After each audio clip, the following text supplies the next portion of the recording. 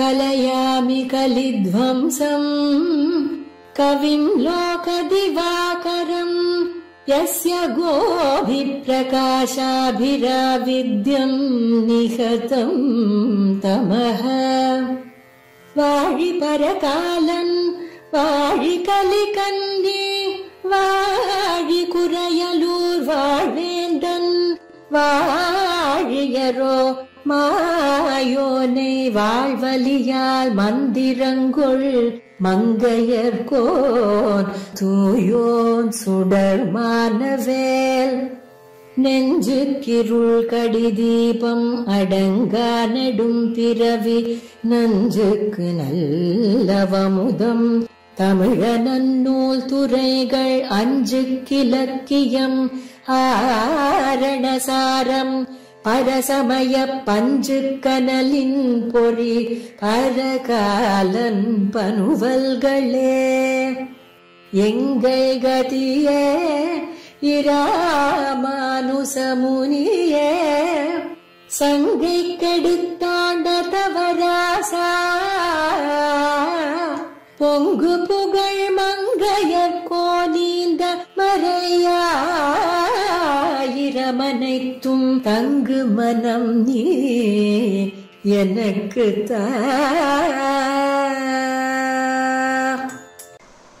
ஸ்ரீமதே ராமானுஜாய நமஹ. ஸ்ரீமத் வரவரமுனயே நமஹ. ஸ்ரீசைலேஷ தயாபாத்திரம் தீபக்த்யாதி குணார்ணவம் யதீந்திர பிரவணம் வந்தே ரம்யஜாமாதரம் முனிம் லக்ஷ்மீநாத சமாரம்பாம் நாதயாமன மத்தியமாம் அஸ்மதாச்சாரிய பர்யந்தாம் வந்தே குருபரம்பராம் யோ நித்யமச்சுத பதாம்புஜ யுக்மருக்ம வியாமோகதஸ்தரதிராணி திருணாய மேனே அஸ்மத்குரோர் பகவதோஸ்ய தயைக சிந்தோ ராமானுஜஸ்ய சரணௌ சரணம் பிரபத்யே மாதாபிதா யுவதயஸ்தனயா விபூதி சர்வம் யதேவ நியமேன மதன்வயானாம் ஆத்யஸ்ய நः குலபதேர் வகுளாபிராமம் ஸ்ரீமத்ததங்கிரீவளம் பிரணமாமி மூர்த்னா भूतं शिरश्च महदाह्वय भट्टनाथ श्रीभक्तिसार कुलशेखर योगिवाहान् भक्ताङ्घ्रिरेण परकाल यतीन्द्रमिश्रान् श्रीमत्परां कुशमुनिं प्रणतोऽस्मि नित्यं कलयामि कलिध्वंसं कविं लोकदिवाकरं यस्य गोभिः प्रकाशाभिराविद्यन् निहतं तमः वाळिपरकालन् वाळिकलिकन्नी वाळिकुरयलूर् वाळवेन्दन् वाழியரோ மாயோனை வாழ்வலியால் மந்திரங்கொள் மங்கையர்கோன் தூயோன் சுடர்மானவேல் நெஞ்சுக்கிருள் கடி தீபம் அடங்கா நெடும்பிறவி நஞ்சுக்கு நல்லவமுதம் தமிழ் அந்நூல் துறைகள் அஞ்சுக்கிலக்கியம் ஆரணசாரம் பரசமய பஞ்ச கதலின் பொறி பரகாலன் வருவல் பனுவல்களே எங்கள் கதியே ராமானுஜமுனியே சங்கை கெடுத்தாண்ட தவராசா பொங்கு புகழ் மங்கையர்கோன் இன்ன மறையாயிரம் அனைத்தும் தங்குமனம் நீ எனக்கு தா. ஸ்ரீமத் கிருஷ்ண சமாஹ்வாய நமோ யாமனசூனவே யத்கடாட்சைக லக்ஷ்யாணாம் சுலப ஸ்ரீதர சதா. ஸ்மத்குருभ्यो நமः.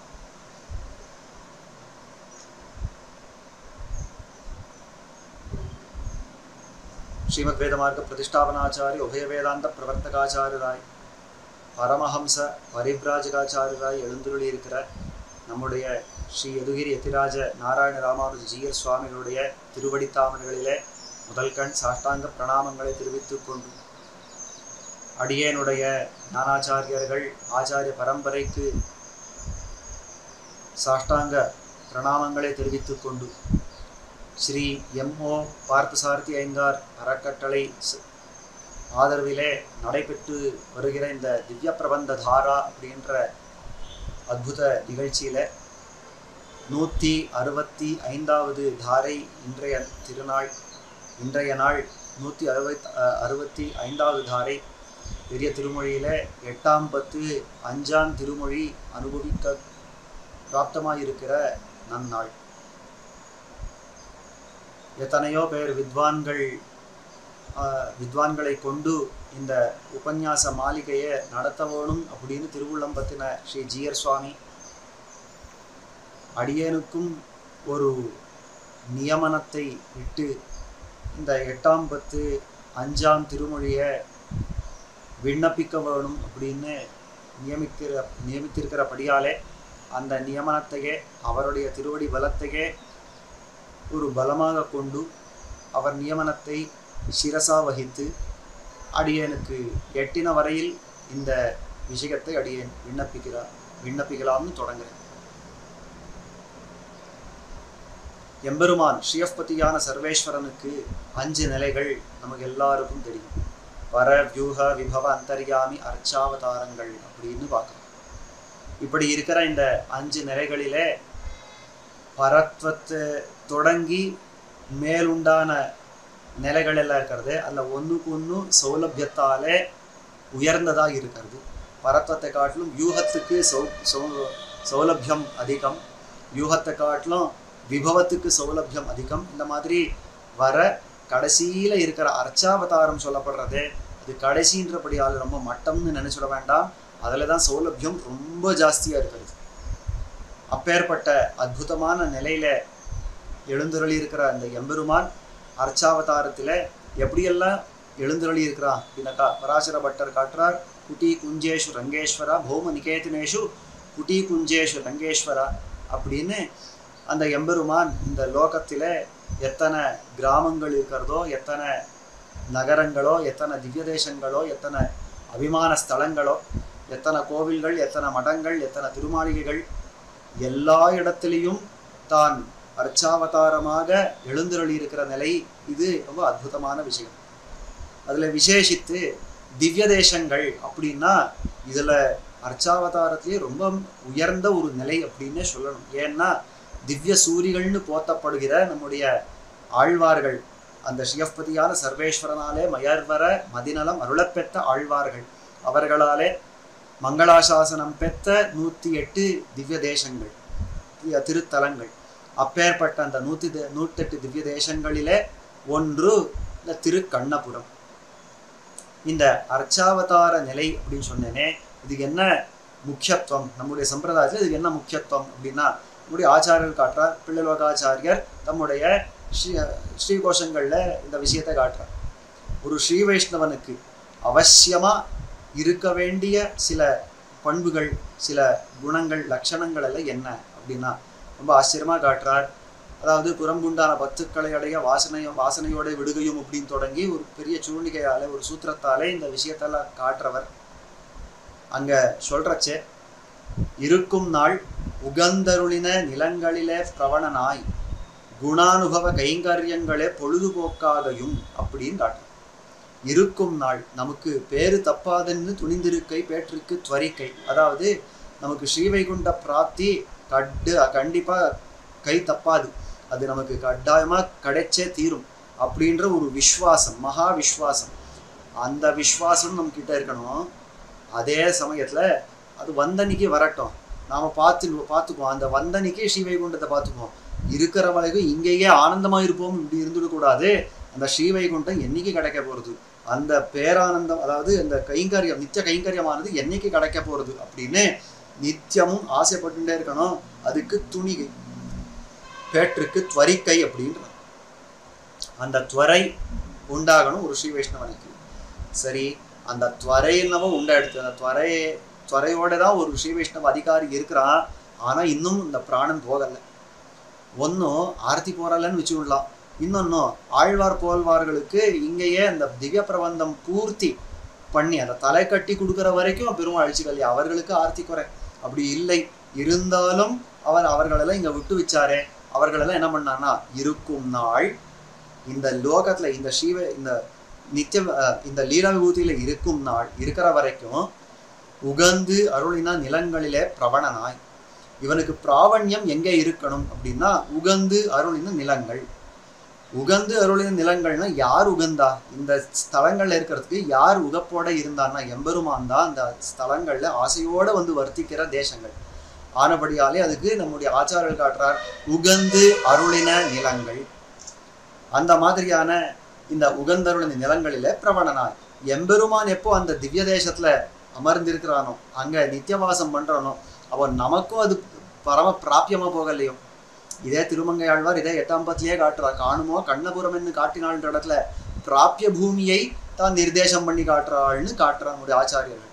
அப்போ அந்த பிராபியம் நமக்கு எம்பெருமான் அப்படின்னு சொல்லலை, அந்த எம்பெருமான் எழுந்தருள் இருக்கிற திவ்ய தேசமே நமக்கு பிராபியம். அப்பேற்பட்ட ஒரு ஆசை நமக்கு உண்டாக வேணும். இந்த திவ்ய தேசத்துல உகந்து அருளின நிலங்களிலே பிரவணனாய் அந்த ஆசை அந்த திவ்ய தேசத்துல உண்டாகணும். அத்தோட கூட அங்க எழுந்தருளி இருக்கிற எம்பெருமான் இருக்கிறானே சில பல கல்யாண குணங்கள் எல்லாம் காட்டிருப்பா. என்ன கல்யாண குணங்கள், யாருக்கு எப்படி காட்டினா, அவனுடைய சேஷ்டிதங்கள் என்ன, இந்த அனுபவங்கள் எல்லாம் நாம் பெற வேணும். குணானுபவ கைங்கரியங்களே பொழுதுபோக்காகையும். இப்பேற்பட்ட குணங்களை எப்போ அனுபவிக்கிறோமோ அந்த அனுபவம் பிரீத்தியில போய் முடியறது, அந்த பிரீத்தி கைங்கரியத்துல போய் முடியறது. அனுபவ ஜனித பிரீத்திகாரித கைங்கரியம்னு காட்டுறான் நம்முடைய பெரியவர்கள். அப்பேற்பட்ட இந்த கைங்கரியத்தை திவ்ய தேசத்து எம்பெருமான்களுக்கு நாம் நித்தியமே பண்ண வேண்டியது. ஒவ்வொரு ஸ்ரீ வைஷ்ணவனுக்கும் இது அவசியாபேட்சிதம் அப்படின்னு காட்டுறான். அந்த மாதிரியான நிலை, அந்த நிலையில நின்னவர்கள் நம்முடைய ஆழ்வார்கள், ஆச்சாரியர்கள். பரிபூர்ணமா அந்த நிலையில நின்னவர்கள் நம்முடைய ஆழ்வார்கள் அப்படின்னு சொன்னால் அது மிகை அண்ணு. அப்பேற்பட்ட அந்த ஆழ்வார்கள் எல்லாரும் அர்ச்சாவதாரத்திலே அந்த அந்தந்த க்ஷேத்திரங்கள்ல எழுந்தருளி இருக்கிற அந்த எம்பெருமானை மங்களாசாசனம் பண்ணியிருந்தாலும் விசேஷித்து அர்ச்சாவதாரத்துக்குன்னே இட்டு பிறந்த ஒரு ஆழ்வார் அப்படின்னா நம்முடைய கலியன் திருமங்கை ஆழ்வார். அதாவது ஒரு இடத்துல ஆச்சாரியர் வியாக்கியானத்துல காட்டுறார், எந்த ஆழ்வாருக்கு எங்க பிராவண்யம் அதிகம். முதல் ஆழ்வார்களுக்கு பரத்வத்திலே பிராவண்யம் அதிகம், விபவங்களுக்கு வந்தால் வாமனாவதாரத்திலே பிராவண்யம் அதிகம்.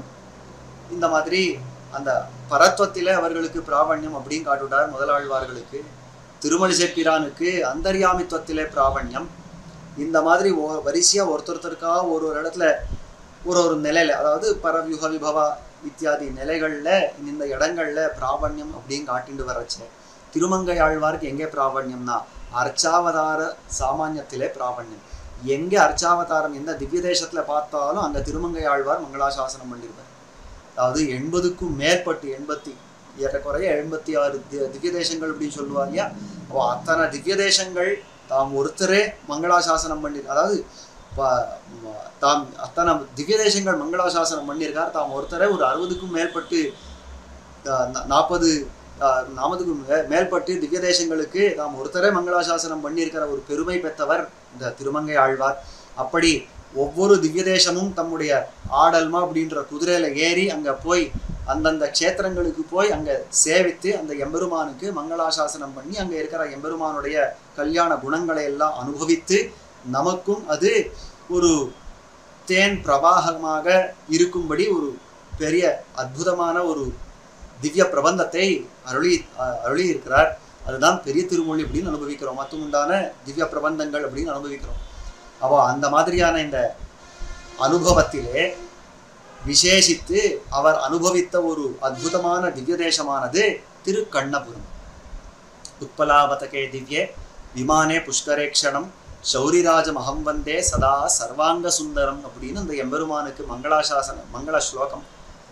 உத்பலாவதகம் அப்படின்ற ஒரு திவ்யமான விமானத்தின் நிழலிலே, அந்த விமானத்துக்கு அடியிலே உத்பலாவதகே திவ்ய விமானே புஷ்கரேக்ஷணம், தாமரை போல கண்களை படைத்தவனான அந்த எம்பெருமான் சௌரிராஜம்னு திருநாமம் அந்த எம்பெருமானுக்கு. சௌரிராஜம் அகம் வந்தே, நான் வணங்குகிறேன், சதா சர்வாங்க சுந்தரம், எல்லா அவயவங்களும் அவ்வளோ அற்புதமாக இருக்கக்கூடிய ஒரு எம்பெருமான் அப்படின்னு காட்டுறோம். இதெல்லாம் முன்னாடி அனுபவிச்சிருக்கிறோம். பெரியவர்கள் எல்லாம் முன்னாடி தெரிவிச்சிருக்கிறா நமக்கு. அந்த சிலையிலுங்கு பொன்னாளி அப்படின்ற இடத்துல எல்லாம் அந்த அவயவ சௌந்தரியங்கள் எல்லாம் எப்படி அனுபவித்தார், எப்படி ஈடுபட்டார் இதுல ஆழ்வார் அப்படின்றதெல்லாம் நம்ம பார்த்துருக்கோம். இதுக்கு முன்னாடி சாதிச்சவரான ஸ்ரீ உவே அகாரகனி ஸ்ரீநிதி சுவாமி இந்த க்ஷேத்திரத்தினுடைய வைபவத்தையும் ரொம்ப அழகா எடுத்து உரைத்திருக்கிறார். அதையெல்லாம் ஞாபகம் படுத்திக்க வேண்டியது. அப்போ அப்பேற்பட்ட அந்த திருக்கண்ணபுரம் அப்படின்ற அற்புதமான திவ்ய தேசத்திலே எழுந்தருளி இருக்கிற அந்த எம்பெருமானை 100 பாசுரங்கள் கொண்டு மங்களாசாசனம் பண்ணியிருக்கிறார் திருமங்கை ஆழ்வார். இதுல விசேஷம் என்னன்னா சுவாமி, அதாவது ஸ்ரீ உவே மதுசூதனன் சுவாமி, அவர் அற்புதமாக காட்டினார் ஒரு பொருத்தம். எத்தனை அற்புதமான பொருத்தம் இருக்கிறது. 8ஆம் பத்து திருவெட்டெழுத்து கற்றுக் கொடுத்த ஒரு ஆச்சாரியனுக்கு 8ஆம் பத்து பூர்த்தியாகவே சமர்ப்பித்தார் அப்படின்னு அந்த பூர்த்தி 100 பாசுரங்கள் 8ஆம் பத்துல இருக்கிற 100 பாசுரங்கள் முழுவதும் அந்த எம்பெருமானுக்கே மங்களாசாசனமாக இருக்கிறது அப்படின்னு பார்க்கிறோம். அப்போ அப்பேற்பட்ட அற்புதமான பொருத்தத்தோட கூடியிருக்கிறது. அப்போ அந்த ஆச்சாரியனுக்கு திருமந்திரத்தை கற்றுக் கொடுத்த அந்த ஆச்சாரியனுக்கு இரட்டை சம்பாவனை பண்ண வேண்டும் அப்படின்றபடியாலே 100 பாசுரங்கள், திருவரங்க தெம்பெருமானுக்கு யாருக்கும் இல்லாத 50 பாசுரங்கள், அவனுக்கு அந்த எம்பெருமானுக்கு சமர்ப்பித்த அந்த 50க்கு 2 மடங்கு அப்படி வச்சுட்டா அதுதான் 100 பாசுரங்கள் இந்த திருநறையூருக்கும் திருக்கண்ணபுரத்துக்கும் ஆழ்வார் சமர்ப்பித்திருக்கார் அப்படின்னு பார்க்குறோம். அதுதான் இந்த ஆச்சாரியன் பண்ணக்கூடிய இரட்டை சம்பாவனை. அப்போ அந்த மாதிரியா இந்த திருக்கண்ணபுரத்துக்கு 100 பாசுரங்கள் பாடிருக்கிறாரே, அதில் முதல் 4 திருவாய்மொழி பர்யந்தமா நேற்றைய வரைக்கும் நாம் அனுபவித்தோம். இந்த 4 திருவாய்மொழிகள்ல அநேகமா நாயகி பாவம் தான் மேலிட்டு வருது. அதாவது முதல்ல இந்த தாயார் பாசுரமா பாடினார், அதுக்கப்புறம் தலைவி பாசுரமா இப்போ பாடிட்டு இருக்கார் ஆழ்வார். அந்த தலைவி பாசுரமா பாடுறச்சே இது கடந்த திருமொழியில என்ன நடந்தது அப்படின்னா, இந்த வண்டுகள் எல்லாம் விட்டு எம்பெருமான் பக்கத்துல அனுப்பிச்சு அந்த எம்பெருமான் கிட்ட இருக்கிற அந்த வஸ்துக்கள் எல்லாம் கொண்டு என் மேல வீசுண்டு, அப்படியான நான் பிராணன் தரிக்கிறேனான்னு பார்க்கலாம் அப்படின்றதெல்லாம் நேற்றைய தினம் பார்த்துருக்குறோம். அந்த வண்டு கிட்ட அப்படி பிரார்த்தித்தாரே ஆழ்வார், அதெல்லாம் அந்த மாதிரி பண்ணித்தா அவர் பிரார்த்தித்தபடியே அந்த எம்பெருமான் கிட்ட இருக்கிற வஸ்துக்கள் எல்லாம் உணர்ந்து சேர்த்ததா ஆழ்வார் கிட்டன்னா அதுதான் நடக்கல. அந்த நடக்காத போது ஆழ்வார் ரொம்பவும் கஷ்டப்பட்டார், ரொம்பவும் துக்கப்பட்டார். அந்த துக்கத்துக்கு மேல ஒரு துக்கம் வந்துருச்சு. என்னன்னா, இதெல்லாம் சொல்லி முடிச்சு அந்த காத்து உட்காண்டிருக்கிற வரைக்கும் ஆழ்வாருக்கு பொறுக்கல்ல. அந்த காலத்திலேயே சாயங்காலம், அதாவது சந்தியா காலம் வேற வந்துருச்சு, இருட்டு வேற வந்துருச்சு. அதுதான் நடந்த ஒரு பெரிய விஷயம். அந்த இருட்டு வரவே ராத்திரி வியசனம் அப்படின்றது மேலிட்டது ஆழ்வாருக்கு. அந்த ராத்திரி வியசனத்துல பாடக்கூடிய அற்புதமான 10 பாசுரங்கள் தான் இன்னைக்கு நாம் அனுபவிக்க இருக்கிற இந்த 5ஆம் திருமொழி. 8ஆம் பத்திலே 5ஆம் திருமொழி தந்தை காலில் விளங்கற வந்து தோன்றிய தோன்னல் பின்னு ஆரம்பிக்கிற அற்புதமான 10 பாசுரங்கள். இந்த பதிகத்திலே ஆழ்வார் எம்பெருமானுடைய சம்பந்தம் கொண்ட பல விஷயங்களை பார்த்து கேட்டு அதுல ஈடுபட்டு, ஆனா எம்பெருமான் பக்கத்துல இல்லை அப்படின்ற ஒரு துக்கத்தையும் அனுபவித்து தாம் இந்த பாசுரங்களை பாடக்கூடிய ஒரு அற்புதமான பதிகம். இந்த பதிகத்திலே அவதாரிகையில முதல்ல காட்டுறார். அதாவது பெரியவாச்சான் பிள்ளை அவதாரிகையில காட்டக்கூடிய ஒரு விஷயம்.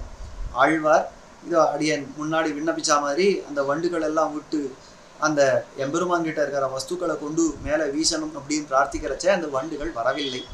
வண்டுகள் தங்களுடைய காரியம் பார்த்து போயிடுச்சு.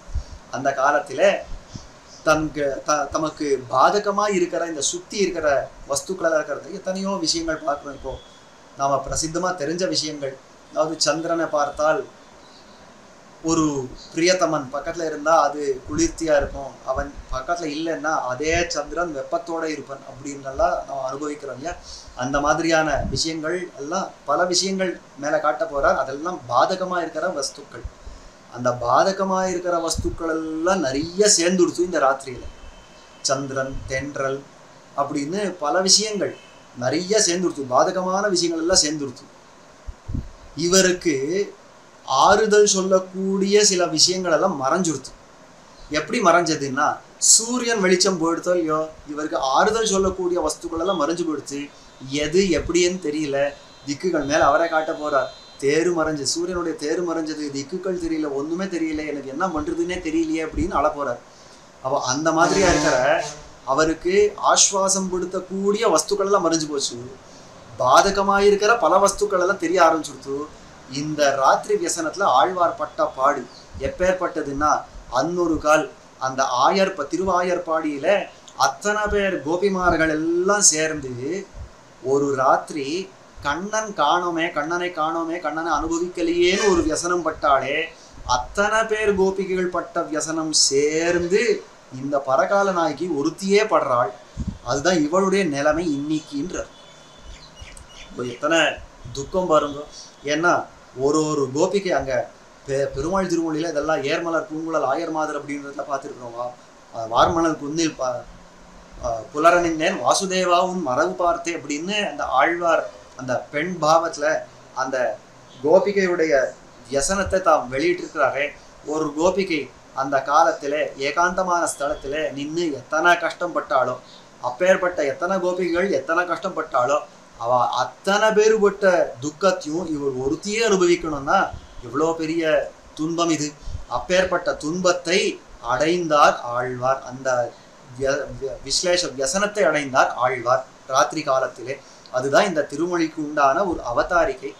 அந்த விதத்துல பார்க்கிறச்சே இந்த திருமொழியில கண்ணனுடைய ராமனுடைய பல அவதாரங்கள்ல இருக்கிற கண்ணன், ராமன், பரசுராமன் இந்த மாதிரியான சில அவதாரங்கள்ல அந்த பெருமானோட சம்பந்தம் கொண்ட சில விஷயங்கள், அது நம்ம ரட்சிக்கணுமே, அது முடியலையே, அந்த எம்பெருமான் இன்னும் வரலையே அப்படின்றத எடுத்து காட்டக்கூடிய பதிகம் தான் இந்த தந்தை காலில் விளங்கற. அதுல முதல் பாசுரமானது தந்தை காலில் விளங்கற வந்து தோன்றிய தோன்னல் பின் தமியேந்தன் சிந்த போகித்து திருவருள் அவனிடை பெருமளவு இருந்தேனை அந்திகாவலன் அமுதுரு பசுங்கதிர் அவசோட அதனோடும் மந்தமாரதம் வனமுலை தடவந்து வலி செய்வதொழியாதே அப்படின்ற இந்த பாசுரத்துல முதல்ல என்ன சொல்றார் அப்படின்னாக்கா, எம்பெருமான் இருக்கிறானே, கிருஷ்ணாவதாரம் பண்ணியிருக்கிறானே இந்த எம்பெருமான், அதாவது கண்ணபுரத்துல இருக்கிறவன் கிருஷ்ணனும் அனுபவித்திருக்கிறார், நம்முடைய ஆழ்வார்கள் ராமனும் அனுபவித்திருக்கிறார். அதில் முதல்ல கிருஷ்ணாவதாரத்தை எடுக்கிறார். என்னன்னா, இந்த எம்பெருமான் இருக்கிறானே கண்ணனா பிறக்கிறச்சவே எப்படி பிறந்தான்னா, இந்த அனிஷ்டங்கள் எல்லாம் நிவிருத்தி பண்ணியே பிறந்தான். தந்தை காலில் விளங்கற வந்து தோன்றிய தோன்னல் அப்படின்னு காட்டுறார் ஆழ்வார். அவன் அவதரிக்கிற காலத்திலேயே தன்னுடைய தந்தையான வசுதேவனுடைய காலிலையும் கையிலையும் இருந்த விலங்குகள், அந்த விலங்கெல்லாம் போறபடிக்கு, அதெல்லாம் அரும்படிக்கு தான் வந்து தோன்றினான். அந்த கிருஷ்ணன் அவதரித்தானோ இதெல்லாம் தன்னடையே விட்டு போயிடுச்சு. அப்போ நம்முடைய பெரியவர்கள் காட்டுறார், அந்த எம்பெருமானுடைய சம்பந்தத்தாலே தான் இதெல்லாம் அறுத்துப்போம். அதாவது இந்த சம்சாரமே அறுக்கிறதுக்கு எம்பெருமானுடைய சம்பந்தம் நமக்கு அவசியாபேட்சிதம் அப்படின்னு காட்டுறாளே. அப்போ இந்த துக்கங்கள் எல்லாம் போக்கிண்டே எம்பெருமான் கிருஷ்ணஹா அப்படின்னு அவதரித்தான். இன்னும் கேட்டா கிருஷ்ணஹா அப்படின்னா என்ன அர்த்தம்? கிருஷ்ணஹா கிருஷிர் பூவாச்சக சப்தா நஷ்ட நிர்வൃத்தி வாச்சகா அப்படின்னு சொல்லுவா நம்முடைய பெரியவர்கள். அதாவது இந்த பூமிக்கெல்லாம் எம்பெருமான் சந்தோஷத்தை கொடுக்கறதுக்குன்னே பிறந்தவன், ஆனந்தத்தை கொடுக்கறதுக்குன்னே பிறந்தவன். அப்பேற்பட்ட அந்த எம்பெருமான் வந்துட்டே இருக்கிறச்சே அந்த ஆனந்தத்தை கொடுக்கணும், அந்த கஷ்டத்தை போக்கணும் தானே வந்து அவதரிச்சான்.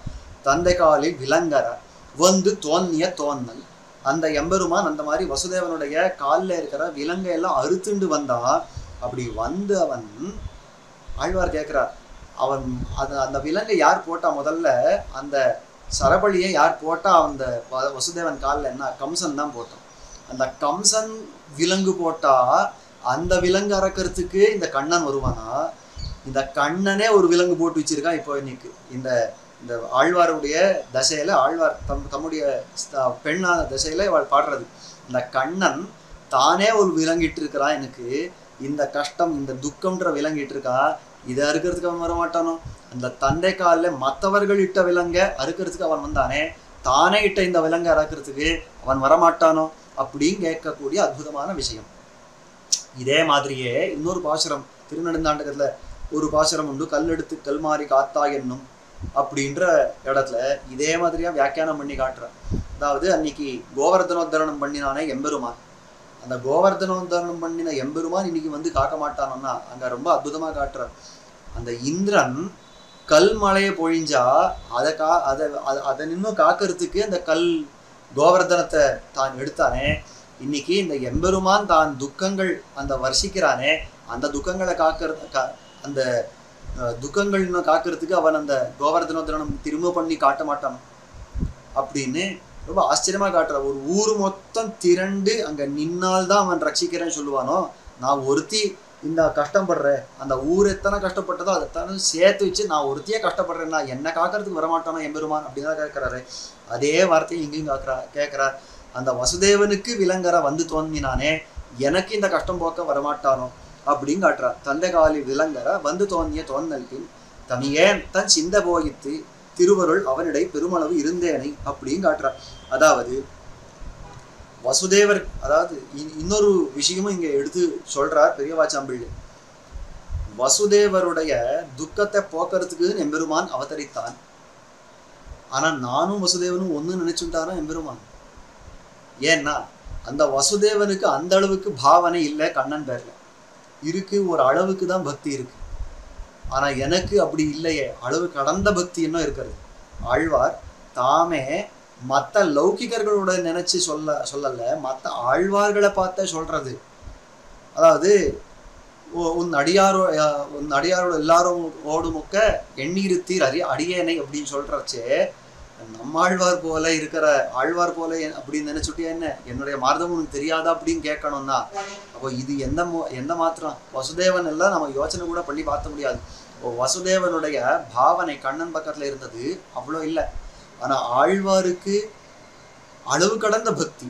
அப்போ அந்த வசுதேவனை காக்க வந்தவன் நான் கூப்பிட்டா வரமாட்டானோ, அது ஏன் வரல அப்படின்ற துக்கம். இது அற்புதமா நம்ம பார்த்துடலாம். இந்த கிருஷ்ணாஷ்டோத்திர சதநாமாவளின்னு இருக்கு. ஸ்ரீகிருஷ்ணா கமலாநாதா அப்படின்னு எல்லாம் நம்ம சேவிக்கிறோம், பிரம்மாண்ட புராணத்துல இருக்கிறது. அவ அந்த புராணத்துல சொல்றச்சே ஒரு திருநாமம் சாத்திரம் பெருமாளுக்கு புண்ணியாக அப்படின்னு ஒரு திருநாமம். வசுதேவாத்மஜா புண்ணியாக அப்படின்னு சொல்றோம். அந்த புண்ணியாக அப்படின்னு ஏன் பெருமாளுக்கு பேர் அப்படின்னாக்கா அங்கதான் ரொம்ப ஆச்சரியமா சொல்றார். அந்த புண்ணியாக அப்படின்னா வேற ஒன்றும் இல்லை, வசுதேவனும் தேவகியும் முன்னாடி 3 ஜன்மங்கள்ல இந்த எம்பெருமானை தம்முடைய பிள்ளையாக பெறவேணும் அப்படின்னு இவா தவம் இருந்தா, அந்த இருந்த காரணத்தினாலே எம்பெருமான் சரி நாம் உமக்கு பிள்ளையாக பிறக்கிறோம் அப்படின்னு சொல்லி பிள்ளையா பிறந்தான், அவ்வளவுதான். அப்போ அவன் பண்ணின தபஸுக்கு பலமா கண்ணன் பிறந்துட்டான். அது மேலுண்டான ஒரு பக்தின்னு அவர்கள் இடத்துல பார்க்க முடியல அப்படின்னு காட்டுறார். ஆனபடியால வந்து தோணிண்டே இருக்கிறச்சே அடுத்தது நான் போக வேண்டியது யசோதை பக்கத்துல, யசோதா வத்சலஹான்னு அடுத்த திருநாமத்தை தான் பெற்று விட்டார். யசோதை பக்கத்துல அவருக்கு இருந்த வாத்சல்யம் அந்த பக்கத்துல போயிட்டான். பிரசங்காத்தடியை விண்ணப்பிச்ச ஒரு விஷயம். அப்போ புண்ணியகாவோட நின்று போடுச்சு வசுதேவருடைய பக்தி அப்படின்றது. அந்த எம்பெருமானை தான் புண்ணியமா தன்னுடைய தபஸுக்கு பலனா பெறக்கூடிய ஒரு பக்தி அவ்வளவுதான் இருந்தது. ஆனா அந்த அளவும் அல்லாதபடிக்கு அந்த பித்ராதிகள் அளவல்லாத ஆசையுடைய நமக்கு வந்து உதவானோ அப்படின்னு கேட்கிறார் பிரியவாச்சம் பிள்ளை. அதாவது அந்த வசுதேவனை காட்டிலும் எத்தனையோ மடங்கு உயர்ந்து நிற்கிற இந்த பக்தியோட இருக்கிற நமக்கும் வந்து சேவை சாதிக்க மாட்டானோ அப்படின்னு கேட்கிற ஒரு அற்புதமான விஷயம். அது மேல சொல்றார், தமியேன் தன் சிந்த போகித்து திருவருள் அவனிடை பெருமளவு இருந்தேனை அப்படின்னு.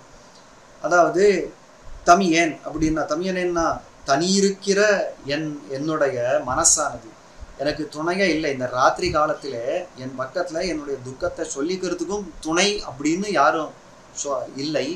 அப்படி இந்த தனிமையில இருக்கிற என்னுடைய மனசானது ஏங்கிட்டு இருந்தது.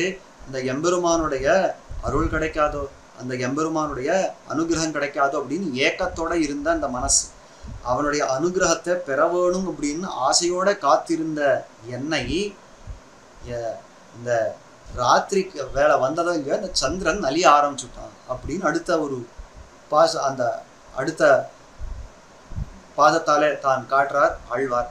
அந்திகாவலன் அமுதுரு பசுங்கதிர் அவைசோட அதனோடும் மந்தமாரதம் வனமலை தடவந்து வழி செய்வது ஒழியாதே அப்படின்னு காட்டுறார். அந்த காலத்துல இந்த சந்திரன் இருக்கிறானே, அந்த சந்திரன் அந்திகாவலன் அப்படின்னு பேர். அந்திகாவலன் சந்தியா காலத்திலே நமக்கு காவலா இருக்க வேண்டிய ஒருத்தன். ரொம்ப ஆச்சரியமா இருக்கிற ஒரு கட்டம் இங்கதான் காட்டுறார். அந்திகாவலன்னா ஒரு பாடி காக்கிறதுக்குன்னு ஒருத்தன் இருக்கான், காவலன் அப்படின்னு ஒருத்தன் இருக்கிறான், ஆரக்ஷகா. அந்த காவலன் இருக்கிறானே அவன் என்ன பண்ணணும் அப்படின்னாக்கா, யாரானோ இவனை ஹிம்சை பண்ண வந்தால் அந்த ஹிம்சை பண்றவனிடமிருந்து இவனை காக்கணும். அதுக்குதான் காவலன்னே பேர் கொண்டிருக்கிறான். அந்த மாதிரி இந்த ராத்திரி வேளைக்கு காவலன் யாருன்னா சந்திரன் காவலன். ஆனா ஆழ்வாருக்கு அது காவலனா இல்லை. ஆழ்வார் சொல்றார், இதுவான காவலன், இந்த காவலனே என்னை கொல்ற மாதிரி இருக்கிறானே, இந்த சந்திரனே என்னை ஹிம்சிக்கிறானே அப்படின்றார். அதான் இங்க சொல்ற விஷயம். அந்திகாவலன் அமுதுரு பசுங்கதிர் அவை சுட அதனோடு. அந்த சந்திரன் இருக்கானே அவனுடைய சீத்தள கிரணங்கள்னு நாம எதை கொள்றோமோ அந்த கிரணங்கள் மொத்தம் அந்த ஆழ்வாரை ஹிம்சை பண்றது, அதெல்லாம் வெப்பமா இருக்கிறது. அந்த சந்திர கிரணங்களை வெப்பமா தெரிகிறது ஆழ்வார்க்கு. அப்படி இருக்கிற ஒரு தசை அந்திகாவலன் அமுதுரு பசுங்கதிர் அவைசுட அதனோடும் மந்தமாரதம் வனமலை தடவந்து வழி செய்வது ஒழியாதே. இந்த சந்திரன் மட்டும் ஹிம்சை பண்றா அப்படின்னா சரி, ஏதோ ஒன்று ஹிம்சை பண்றதுன்னு தாங்கலாம். ஆனா அத்தோட கைகோத்துண்டு இன்னொன்று வந்துருச்சு. என்னன்னா மந்த மாருதம், மந்தமா வீசக்கூடிய இந்த காற்று இருக்கிறதே, நிதான கத்தியில வீசக்கூடிய இந்த காற்று இருக்கிறதே, அது வேற வந்து என்னுடைய இந்த திருமேனியை தீண்டி அது பாதப்படுத்துறது அப்படின்னு காட்டுறார். அதை சொல்றா. நீங்க மந்தமாருதம் மனமுறை தடை வந்து ஆழ்வார் இதே ராத்திரி வசனத்தை பாடுறச்சே மல்லிகை கமல் தன்னல் இருமாலோ அப்படின்ற இடத்துல ரொம்ப ஆச்சரியமா காட்டுறார். இந்த மல்லிகை வாசனை கொண்ட இந்த தென்றல் இருக்கிறதே அது வந்து என்னை ஹிம்சிக்கிறது, அது மட்டும் என்னை ஹிம்சை பண்ணது போராதுன்னு இதெல்லாம் ரெண்டு கூட்டமா இது பேசிண்டு வேற வருதான். என்னன்னா வன் குறிஞ்சி இசை தவறுமாலோன்னு இந்த இசைய குறிஞ்சி ராகம் இருக்கிறது. இந்த குறிஞ்சி ராகமானது இந்த பராங்குஷ நாயகியே நீ அப்படி ஹிம்சை பண்ணு, நான் இப்படி ஹிம்சை பண்றேன்னு ரெண்டும் பேசி வச்சுட்டு வேற வந்து என்ன ஹிம்சை பண்றது அப்படின்னு இங்க ஆழ்வார் காட்டுறாரு. அதே விஷயத்தை தான் இங்க காட்டுற. அதனோடும் மந்தமாருதம் வனமலை தட வந்து வழி செய்வது ஒழியாதே அப்படின்னு. அப்போ அந்த சந்திரன் ஒரு இடத்துல தான் வெப்பத்தை கொடுத்து ஹிம்சை பண்றான் அப்படின்னு ஒரு இடத்துல பார்க்கிறோம். சந்திரனோட பேசி வச்சுண்டு இந்த மந்தமாருதம் வேற வருது, இந்த காற்றானது வேற வந்து என்ன ஹிம்சைப்படுறது. எப்படி ஹிம்சை பண்றது? இந்த உடம்பு இருக்கிறதே, இந்த திருமேனி இருக்கிறதே, இது கண்ணனாலே தொடப்பட வேண்டிய திருமேனி, அவனாலே தீண்டப்பட வேண்டிய திருமேனி. அந்த கண்ணனுடைய கைஸ்பர்ஷம் கரஸ்பர்ஷம் எப்படியெல்லாம் படுறதோ இந்த உடம்புல, அந்த மாதிரி எல்லாம் அதே அங்கங்களை இந்த மாருதமான தொட்டு என்ன ஹிம்சை பண்றது. கண்ணன் தொட வேண்டி இருக்க இந்த மாருதம் தொடர்றதே அந்த ஹிம்சை அப்படின்னு காட்டுறார் ஆழ்வார். அந்த துக்கத்தை தான் காட்டுறார் ஆழ்வார். மந்தமாருதம் மனமலை தட வந்து வழி செய்வது ஒழியாதே அப்படின்னு. அதுல ரொம்ப ஆச்சரியமான விஷயம் என்னன்னா, இந்த மந்தமாருதம் இருக்கிறதே அது ஒரு தடவை வீசி நிக்கல்ல. அதான் சொல்றார், அத்தென்றல் தனக்கு நாம் இத்தனை நலிந்தோம் ஆகில் இனி ஓர் அளவிலே விடவமையாதோவென்று தயை பிறந்து கைவாங்கவும் ஆமிரே அப்படின்ற ஒரு அற்புதமான ஒரு வரியை காட்டுறார் பெரியவாச்சாம்பிள்ளை. அதாவது இந்த மந்தமாருதம் இப்படி வீசிண்டே இருக்கே, இது ஒரு நிமிஷம் ஆனா யோசனை பண்ணி, ஐயோ பாவம் இந்த பரகால நாய்க்கு நான் இப்படி ஹிம்சை பண்ணி எத்தனை தான் நலிவாய்வோம், ஆனபடியால கொஞ்ச நேரம் நிறுத்துவோம், இந்த மந்தமாருதம் நின்று போயிடட்டும், இந்த காத்து வீசுறது நின்று போயிடட்டும், இவளும் கொஞ்சம் ஆஸ்வாசம் படுத்திக்கிட்டோம் அப்படின்னு கொஞ்சமான தய பிறக்க வேண்டாம் என் பேர்ல. அந்த தய பிறக்கவே இல்லைன்ற பெரிய பிள்ளலோகாச்சாரியர் தம்முடைய ஸ்ரீவச்சன பூஷணத்துல ஒரு அற்புதமான விஷயத்தை காட்டுறார். மணவாள மாமன்களுடைய அத்தியாச்சரியமான வியாக்கியானம் அதற்கு ஒரு ரசத்தை கூட்டுறது.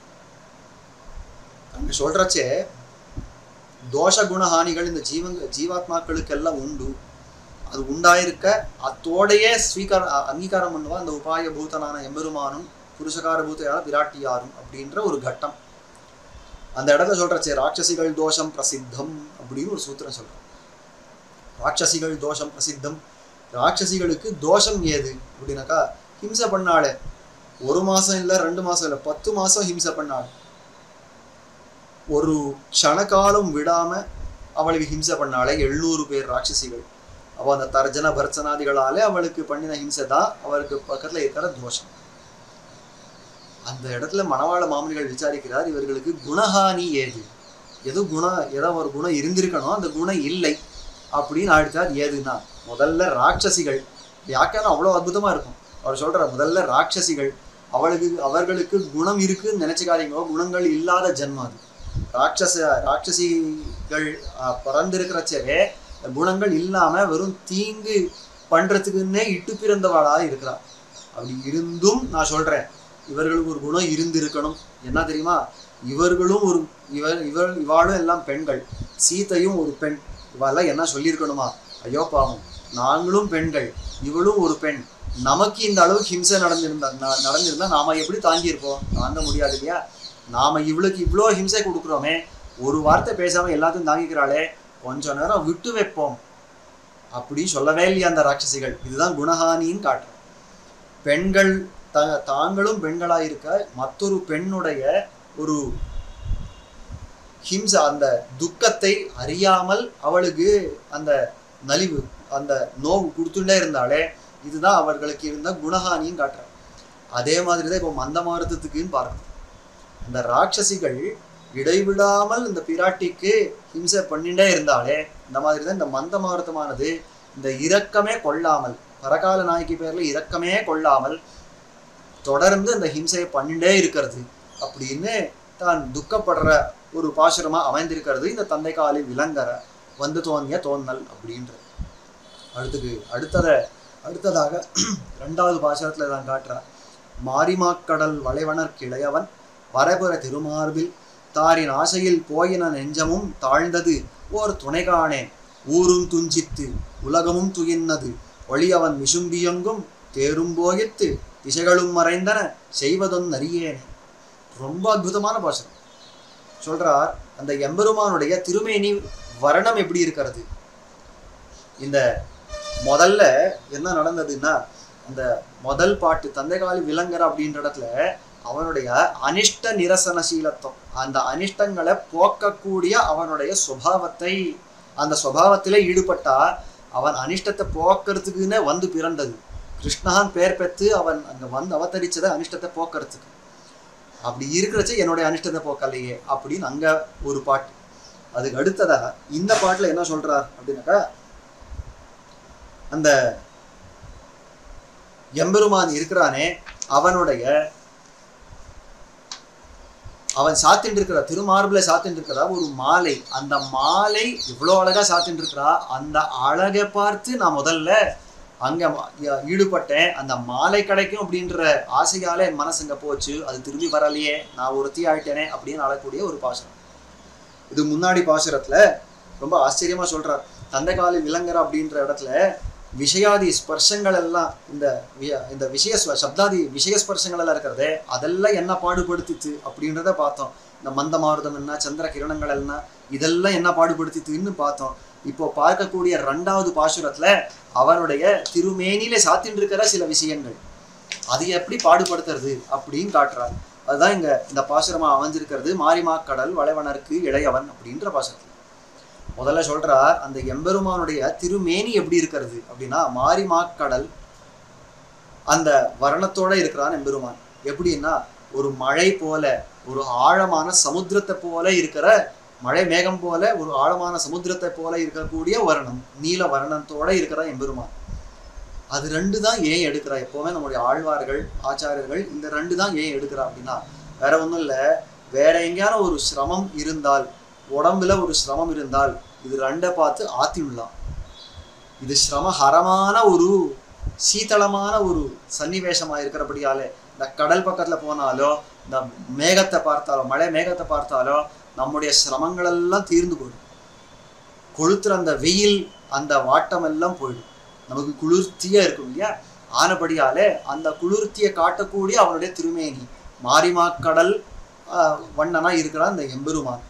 ஆனா இன்னைக்கு என்ன ஆச்சு அவனோட இந்த மாரிமாக்கடல் வண்ணன் அந்த விஷயத்தை ஏன் எடுத்து காட்டுறார் ஆழ்வார் அப்படின்னாக்கா துக்கத்துல இருக்கிறவர்கள் பெரிய துக்கத்துல இருக்கிறவர்கள் எல்லாம் அந்த எம்பெருமானை பார்த்து அந்த வர்ணத்தோட ஸ்னிக்த வர்ணத்தோட இருக்கிற அந்த எம்பெருமானை பார்த்து ஓடி போய் அவனை தழுவிண்டு நின்னால் அல்லது அவர்களுக்கு அந்த துக்கம் போகாது அப்படின்னு இருக்கிறவன்.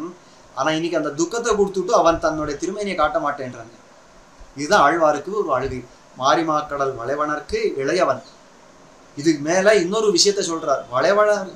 வளைவனருக்கு இளையவன் அப்படி. வளைவனர் அப்படின்னா இங்க வளைவண்ணர் சங்கத்தை போல வெண்மையா இருக்கக்கூடிய பலராமன் அப்படின்னு பேர். அவன் அந்த சங்கவர்ணத்தோட இருக்கிற பலராமன் வெள்ளையா இருக்கிற அந்த பலராமன் ஆதிசேஷனுடைய அம்சமும் இல்லையும் அதே மாதிரி வெள்ளையா இருப்பார். அதே மாதிரி இந்த எம்பெருமான் இருக்கிறானே கருமலை குட்டன் இந்த எம்பெருமான் எப்படி இருக்கிறானாக்கா மாரி மாக்கடல் போல நிறத்தம். அந்த அந்த பலராமனுடைய தம்பி இந்த மாரிமாக்கடல் வண்ணன் அந்த பலராமனுடைய தம்பின்னு சொல்றதுக்கு என்ன காரணம் ரொம்ப ஆச்சரியமா காட்டுறார் வியாக்கியானத்துல. என்னன்னா பலராமன் இருக்கிறாரே அவர் பெரிய உபகாரகர். நமக்கு என்ன உபகாரம் பண்றார் அப்படின்னாக்கா கண்ணன் இல்லாத காலத்திலே வந்து இந்த கண்ணனுடைய விஷயங்கள் எல்லாம் நமக்கு எடுத்து சொல்லி நமக்கு ஆஸ்வாசம் படுத்தக்கூடியவர் பலராமன். எங்கே பார்த்தோம்னா அதான் ரொம்ப ஆச்சரியமா விஷ்ணு புராணத்துல ஒரு ஸ்லோகத்தை எடுத்து உதாகரித்து இருக்கிறார் அந்த கட்டத்துக்கு. அதாவது சந்தேஷை சாம மதுரைஹி பிரேமகர்பை அகர்விதைஹி ராமேணாஸ்வாசிதா கோபியா கிருஷ்ணஸ்யாதி மனோகரைஹி அப்படின்ற ஒரு விஷயம். என்னன்னா இந்த கோபிகைகள் எல்லாரையும் விட்டுட்டு கண்ணனும் பலராமனும் மதுரைக்கு போயிட்டான். போனதுக்கு அப்புறம் சில காலம் கழிச்சு பலராமன் மட்டும் வந்திருக்கிறார். அந்த யாத்திரை பண்றச்சே ரஜ யாத்திரை பண்ணணும் அப்படின்னு அங்க வர்றச்சே திரும்பவும் அந்த கோபிகள் எல்லாம் பார்த்தார். ரொம்ப ஆனந்தம். கோபிகள் எல்லாம் பார்த்து பழைய நட்பு தானே, ஆனபடியால நீ எப்படி இருக்கியா, நன்னா இருக்கியா, நாங்க என்ன இருக்கோம் எல்லாம் பேசிண்டா, உபய குசலங்கள் எல்லாம் பேசிண்டு கண்ணன் என்ன பண்றா, இந்த கோபிகள் எல்லாம் கேட்கறான். கண்ணனுக்கு என்ன ஆச்சு, அவன் ஏன் வரவே இல்லை, நம்ம எல்லாம் மறந்து போயிட்டானா, நகரத்துக்கு போய் இந்த நாகரிகமான அந்த ஸ்திரீகள்லாம் பார்த்த உடனே நம்ம எல்லாம் மறந்து போயிட்டோமா, நம்ம பக்கத்துல அவன் மனசே இல்லையா அப்படின்னு எல்லாம் அவர்கள் கேட்டு ரொம்பவும் துக்கம் படுற காலத்திலே பலராமன் பண்ணக்கூடிய ஒரு அற்புதமான விஷயம் என்னன்னா, கண்ணனுடைய சந்தேசத்தை எடுத்து உரைத்து கண்ணனுக்கு உங்கள் பேர்ல அந்த மனசு பாவனை மாறவே இல்லை அப்படின்னு காட்டக்கூடிய ஒரு அற்புதமான விஷயம். அதான் சொல்றார் சந்தேஷைஹி சாமமதுரைஹி. சாமமதுரமா இருக்கிறது ரொம்ப அற்புதமா, அதாவது செவிக்கினிய செஞ்சொல்லா இருக்கிறது அப்படின்னு சொன்னால் அது மிக இல்லை. அப்போ அப்பேற்பட்ட அந்த எம்பெருமானுடைய வார்த்தைகள் இருக்கிறதே, அந்த சாமமதுரைஹி பிரேமகர்பைஹி அகர்விதைஹி, ரொம்ப பிரேமத்தோட கூடின அந்த வார்த்தைகள். அது எப்படி இருக்கிறதுனா அதிமனோகரைஹி கிருஷ்ணஸ்ய அதிமனோகரைஹி சந்தேஷைஹி, ரொம்ப மனசை அபகரிக்கக்கூடிய ரொம்ப இனிதான ஒரு வார்த்தைகளை கொண்டிருக்கிற அவனுடைய சந்தேசங்கள் இருக்கிறதே, அந்த சந்தேசங்களினாலே ராமேண ஆஸ்வாசிதா கோபியா, இந்த கோபிகள் எல்லாம் அந்த பலராமனாலே சொல்லப்பட்ட இந்த சந்தேசங்களினாலே அவர்கள் ஆஸ்வாசம் படுத்தப்பட்டார்கள் அப்படின்னு காட்டுறார். அப்ப அந்த ஆஸ்வாசம் படுத்தணும் அப்படின்னு இந்த எப்படி நடந்ததுன்னா பலராமன் நடத்தினார். அதனாலே இங்க வளைவனருக்கு இளையவன் அப்படின்னு காட்டுறார் இந்த பாசுரத்துல. அப்ப அந்த பலராமன் கூட என் பக்கத்துல வந்துட்டு நாலு வார்த்தை இந்த கண்ணன் பத்தி பேசி எனக்கு ஆஸ்வாசம் படுத்த வேண்டாமோ அப்படின்னு கேட்கக்கூடிய ஒரு அற்புதமான விஷயம். அதை இங்க காட்டுறார். மாரிமா கடல் வளைவனருக்கு இளையவன் வரைபுற திருமார்பில் தாரின் ஆசையினால் போயின என் நெஞ்சமும் தாழ்ந்தது. அப்பேற்பட்ட அந்த கண்ணன் பக்கத்துல இப்போ அந்த கண்ணனுடைய பிரஸ்தாவம் ஏன் வந்ததுன்னா, அந்த கண்ணன் பக்கத்துல அந்த மார்பிள சாத்திக்கிறானே ஒரு தார், ஒரு மாலை, அந்த மாலையுடைய ஆசையால என் மனசு அங்க போயிடுச்சு, அது போய் பட்டப்பாடு இது அப்படின்னு காட்டுறார். அதான் இங்க சொல்றார், எம்பெருமான் இந்த துளசி மாலையெல்லாம் ரொம்ப அழகா சாத்திப்பார். பெருமாளுக்கு திருமார்பிலையும் அந்த மாலைகள் எல்லாம் சாத்துவார். அந்த மாலை எப்படி இருக்கும் அப்படின்னாக்கா, ரெண்டு பக்கத்துலயும் அருவி ஓடுற மாதிரி அப்படி மாலை இருக்குமா, பெரியவாச்சான் பிள்ளை அனுபவிச்சு காட்டுறார். ரெண்டு பக்கத்துலயும் அந்த அருவி ஓடுற மாதிரி இருக்கிற அந்த மாலை இருக்கிறதே, அந்த மாலையில ஆசைப்பட்டு ஓடித்து என்னுடைய நெஞ்சு. பெருமாள் எப்படியெல்லாம் அந்த துளசி மாலை சாத்திக்கிறாருன்னா, தாழ்ந்த மேலும் தோழின மேலும் நன்மார்பின் மேலும் சுடர்முடி மேலும் தாழ் மேலும் புனைந்த அப்படின்னு காட்டுறபடிக்கு இந்த அவயவங்கள் எல்லாம் காட்டுறார். தோழின மேலும் தன்னுடைய தோள்களுக்கு அலங்காரம் பண்ணி, அடுத்தது தன்னுடைய நாச்சிமாருக்கு அந்த பிராட்டி இருக்கிற இடத்துக்கு தான் அலங்காரம் பண்ணி காட்டுறார். அதுதான் மார்பின் மேலும் அப்படின்னு தான் சாத்திக்கிறார் அந்த மாலை. அதை பார்த்தாரோ இல்லை ஆழ்வார், எவ்வளோ அழகான மாலை, எவ்வளோ அழகான மாலை, எனக்கு அந்த மாலை கிடைக்காதோ, அந்த மாலையோட இருக்க அந்த சேவை கிடைக்காதோ, அந்த எம்பெருமான் நான் பார்க்க மாட்டேனோன்னு ஆசை கொண்டார். அந்த மனசு, ஆழ்வாருடைய மனசானது அந்த ஆசை கொண்டது ஓடி போச்சான் பெருமாள் பக்கத்துல. அதாவது பேர்கின்னது மணிமாமை என்ற பாசுரம், திருவிருத்த பாசுரத்துல ரொம்ப ரொம்ப அற்புதமா இதை அனுபவித்திருக்கிறார் ஆழ்வார். அதை காட்டுறாருங்க. கண்ணன் தன்னந்துளாய் சார்கின்ன நன்னெஞ்சினார் தந்து போன தனிவளமே. அந்த நன்னெஞ்சினார் ரொம்ப நல்ல நெஞ்சு, என்னுடைய ரொம்ப நல்ல நெஞ்சு. ஏன்னா வேற ஏதோ விஷயாந்தரங்கள் பக்கத்துல போகாத கண்ணன் இடத்துலயான போயிருக்கோம் இல்லையோ, எனக்கு என்ன ஹிம்சை பண்ணாலும் பரவாயில்ல, கண்ணன் இடத்துல போச்ச நன்னெஞ்சு அப்படின்னார். அப்போ அந்த நன்னெஞ்சு இருக்கிறதே, அது அந்த நன்னெஞ்சினார் அப்படி கௌரவத்தோத்த அழைக்கிறாள் இந்த நாயகி. அந்த நன்னெஞ்சினார் பண்ண ஒரு பெரிய உபகாரம் என்ன, பெரிய சம்பாவனை என்னன்னா, என்னை இந்த தனிமையில விட்டுட்டு என்னுடைய மணிமாமை, என்னுடைய மணிவர்ணங்கள் எல்லாம் போயிடுற மாதிரி, அதோடைய இந்த திருமேனியில இருக்கிற அந்த வர்ணங்கள் எல்லாம் போயிடுற மாதிரி வைவர்ணியம் பிறக்கும்படி பண்ணித்து இந்த மனசு. ஆழ்வாருக்கு மணிவர்ணமா, அவர் தாமே அப்படி சொல்லிக்கலாமா அப்படின்னா ரொம்ப ஆச்சரியமா காட்டுறாரு. இல்ல இல்ல, ஆழ்வார் தம்முடைய பெருமையை சொல்றதுக்காக மணிமாமை அந்த மணிவர்ணத்தை சொல்லல. பெருமாள் ஆழ்வாரோட சம்சலேஷித்திருக்கிறச்சே அவன் சொல்லுவானா, ஆஹா இந்த பராங்குஷ நாயகியை பார்த்துட்டு, பராங்குஷ நாயகியே உன்னுடைய இந்த மேனி எத்தனை அழகா இருக்குது தெரியுமா, எவ்வளோ மணியுடைய அந்த வர்ணத்தோட இருக்கு தெரியுமா அப்படின்னு எல்லாம் ரொம்ப ஸ்லாகித்து பேசுவானா அந்த உடம்ப, அந்த திருமேனியை. ஆழ்வார் சொல்றார், அப்படி அவன் ஸ்லாகித்து பேசின இந்த உடம்புல இன்னைக்கு வர்ணங்கள்லாம் போயிடுத்தேன். இதுதான் மனசு பண்ணினா பெரிய உபகாரம், இது பண்ணினா பெரிய ஒரு சம்பத்து, எனக்கு பண்ணின ஒரு பெரிய சம்பாவனை அப்படின்னு காட்டுறார் ஆழ்வார். அந்த மனசு இந்த மாதிரி பெருமாள் கிட்ட போச்சே, இந்த போய் அந்த வர்ணங்கள் எல்லாம் போயிடுற மாதிரி அடுத்து எதனாலேன்னா ரொம்ப ஆச்சரியமா இன்னொரு பாசுரத்துல காட்டுறார் ஆழ்வார். வேற ஒன்றும் இல்லை, நான் தூது அனுப்பிச்சேன் இந்த மனசை போய் பெருமாள் கிட்ட போய் இந்த ஆழ்வார் இந்த நாயகி ஒருத்தி இருக்கா, அவள் பக்கத்துல வந்து நீ சேரணும் அப்படின்னு சொல்றதுக்கு இந்த மனசை தூது அனுப்பிச்சேன். அந்த மனசு எத்தனை வஞ்சகமான மனசுன்னா, பெருமாள் பக்கத்துல போய் தான் அங்க கால் தாழ்ந்துடுச்சு. அது போன காரியம் மறந்து போயிடுச்சு, தான் தூது போயிருக்கேன்றத மறந்து போய் தான் அங்க பெருமாளுடைய அந்த அவயவ சோபையில அந்த சௌந்தரியத்தையும் லாவண்யத்தையும் பார்த்து அங்கே கால் தாழ்ந்துடுச்சு. அது மேல ஒன்றும் பண்ண தெரியல, அங்கே உட்காந்துடுச்சு மனசு. ஆழ்வார் காத்துட்டே இருக்கார். எத்தனை நேரம் ஆச்சு ஒருத்தரை தூது அனுப்பி. ரொம்ப ஆச்சரியமா அங்க வியாக்கியானம் பண்ணி காட்டுறார். முன்காலங்கள் எல்லாம் இந்த ராஜாக்கள் எல்லாம் தூது விடுவாளோ, தூது விட்டதுக்கு அப்புறம் என்ன அவளுக்கு காரியம்னா வேற ஒன்றும் இல்லை, சொக்கட்டா நாள் உட்காந்துருப்பாளா, ஏதான ஒரு காரியம், அதாவது வெறும் ஏதான விளையாட்டு அதை பார்த்துன்னு உட்காந்துருப்பாளா. ஏன்னா நான் தூது தான் அனுப்பிச்சாச்சு, திரும்பி சந்தேஷம் வர வரைக்கும் எனக்கு அதை பத்தி ஒன்றும் காரியம் இல்லை அப்படின்னு இங்க சொக்கட்டா நாடு உட்காந்துருப்பா. இவ அனுப்புற தூது இவ்வளோ மட்டமான விஷயங்கள் ஆனபடியால சொக்கட்டா நாடலாம், இந்த மாதிரியான விஷயங்கள் எல்லாம் விளையாடலாம்.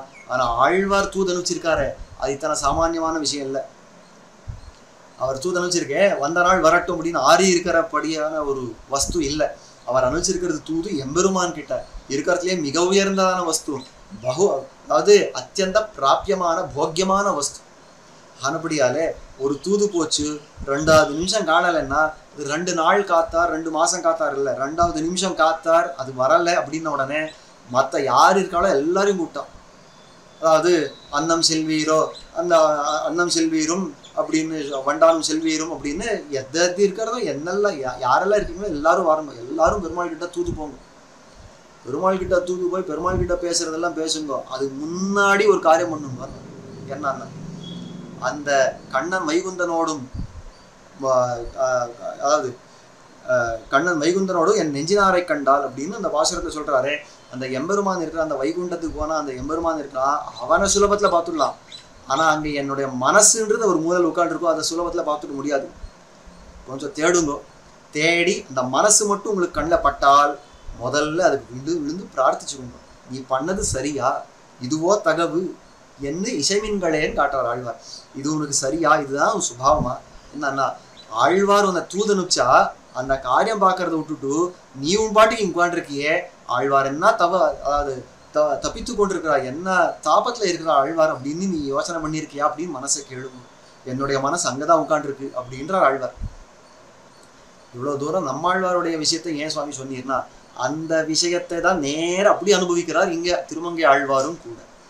என்னன்னா அந்த திருமார்புல சாத்திருக்கிற ஒரு மாலை இருக்கிறதே, அந்த மாலையுடைய ஆசையிலே என் மனசு இங்க போயிடுச்சு, போனது போயே போச்சு, திரும்பி வரவே இல்லை, என்னை இங்க தனிமையில விட்டுட்டு தான் போயிடுச்சு. அதை காட்டுறாரு இங்க. தாரின் ஆசை, அதாவது வரைபுரை திருமார்பில் தாரின் ஆசையில் போயின நெஞ்சமும் தாழ்ந்தது, அங்கேயே கால் தாழ்ந்ததுன்னு அர்த்தம். ஒரு துணை காணேன், எனக்கு பக்கத்துல துணையா இருக்கிறதுக்கு ஒருத்தரும் காணமே. எனக்கு மனசான இருந்திருந்தால் அந்த மனசோட பேசிப்பேன், ஒருத்தரையும் காணமே அப்படின்னா. உடனே பக்கத்துல இருக்கிறவங்க கேட்டாளா, பக்கத்துலன்னா இந்த கோபிகைகள் எல்லாம் நிறைய பேரோ இல்லையோ, அத்தனை பேர் அடைஞ்ச ஒரு தசையும் இந்த ஒரு ஆழ்வாரை அடைஞ்சுட்டாரோ இல்லையோ. ஆனபடியாலே அந்த தசையிலேயே இருக்கிற இன்னொரு கோபிகா பாவத்தோட ஒரு கேள்வி கேட்டுண்டு அதுக்கு பதில் சொல்றார். என்னன்னா, மாடி நீ இந்த யாரும் துணை இல்லை அப்படின்றியே, உன் மனசு தானே போயிருக்கு ஸ்ரீவைகுண்டத்துக்கு, உன் மனசு தானே பெருமாள் பக்கத்துல போயிருக்கு. சந்தோஷம், அது வர்ற காலத்துக்கு வரட்டும். பக்கத்துல இத்தனை பேர் இருக்காளோ இல்லை, நீ ஒன்றும் காட்டுல உட்காரலையே, ஏதோ தனிமையில காட்டுல உட்காரலையே, இல்லை இமயமலத்துல போய் மலையில போய் உட்காரலையே, நீ ஊர்ல தானே இருக்க. அப்போ ஊர்ல இருக்கிறச்சே பக்கத்துல சுத்தி எத்தனை பந்துக்கள் இருப்பா, மித்திரர்கள் இருப்பா, அவர்கள் கூட உட்கார்ந்து பேச வேண்டியது தானே, உன்னுடைய துக்கங்கள் எல்லாம் அதை ஆத்திக்க வேண்டியது தானே அப்படின்னு கேட்டாளா. உடனே ஆழ்வார் சொன்னார், நான் என்ன சொன்னேன் என்னன்னா, இங்க சுத்தி இருக்கிறவா என்ன போல நினைச்சுட்டியா? இந்த சுத்தி இருக்கிறவாள் எப்படி இருக்கிறான்னா உண்டியே உடைய உகந்தோடும் மண்டலமா இருக்கிறான். எதை சாப்பிட்டால் நான் நன்னா வாழலாம், எதை சாப்பிட்டால் எனக்கு ஆசையா இருக்கலாம்னு அந்த மாதிரி ஓடுறவா, எதை உடுத்தினா நன்னா இருக்கும்னு இந்த விஷய சுகங்கள் பின்னாடியே ஓடுறவாளா இருக்கலாம். உண்டியே உடைய உகந்தோடும் மண்டலம். நான் எப்பேற்பட்டவன்னா, உண்ணும் சோறு பருகும் நீர் தின்னும் வெத்திலையும் எல்லாம் கண்ணன்னு இருக்கிறோம். எனக்கு இந்த இந்த லோகத்தோட எனக்கு சம்பந்தமே கிடையாது, அடியோட சம்பந்தம் கிடையாது. பிள்ளலோகாச்சாரிய காட்டுறாலும் இந்த சம்சாரிகளை பார்த்தால், இந்த அகங்கார மோகாரங்களுக்கு வர்த்தகர்களா இருக்கிற இந்த சம்சாரிகளை பார்த்தால் சர்ப்பம் கண்டார் போல பயந்து ஒதுங்கி இரு அப்படின்னு காட்டும். அப்போ அந்த மாதிரி பயப்பட்டு இந்த சம்சாரிகள் பக்கத்துல போக வேண்டாம் இருந்தார் ஆழ்வார். ஆனால் இந்த துணை இருக்கவா சொன்னா, இல்ல அதெல்லாம் சரிதான், இருந்தாலும் ஒரு 2 பேச்சு பேசினா உன்னுடைய மனசு கொஞ்சம் பாரம் குறையாதோ, ஆனபடியால பேசி பாருன்னா ஆழ்வார் சொன்னார். சரி அப்படியும் நான் பேசிடுவேன் அப்படின்னு பார்த்தால் ஒருத்தவனும் எழுந்துக்காரலையே, அதுதான் என்னுடைய வியத்தை அப்படின்ற. என்னன்னா, ஊரெல்லாம் துஞ்சித்து ஊரும் துஞ்சித்து உலகமும் துயின்னது அப்படின்னு ரொம்ப ஆச்சரியமா காட்டுறாரு. ஊர்ல இருக்கிறவங்க மொத்தம் எல்லாரும் தூங்கி போயாச்சு. ஏன்னா அவர்களுக்கு தான் மனசு பெருமாள் பக்கத்திலே தாழலையே.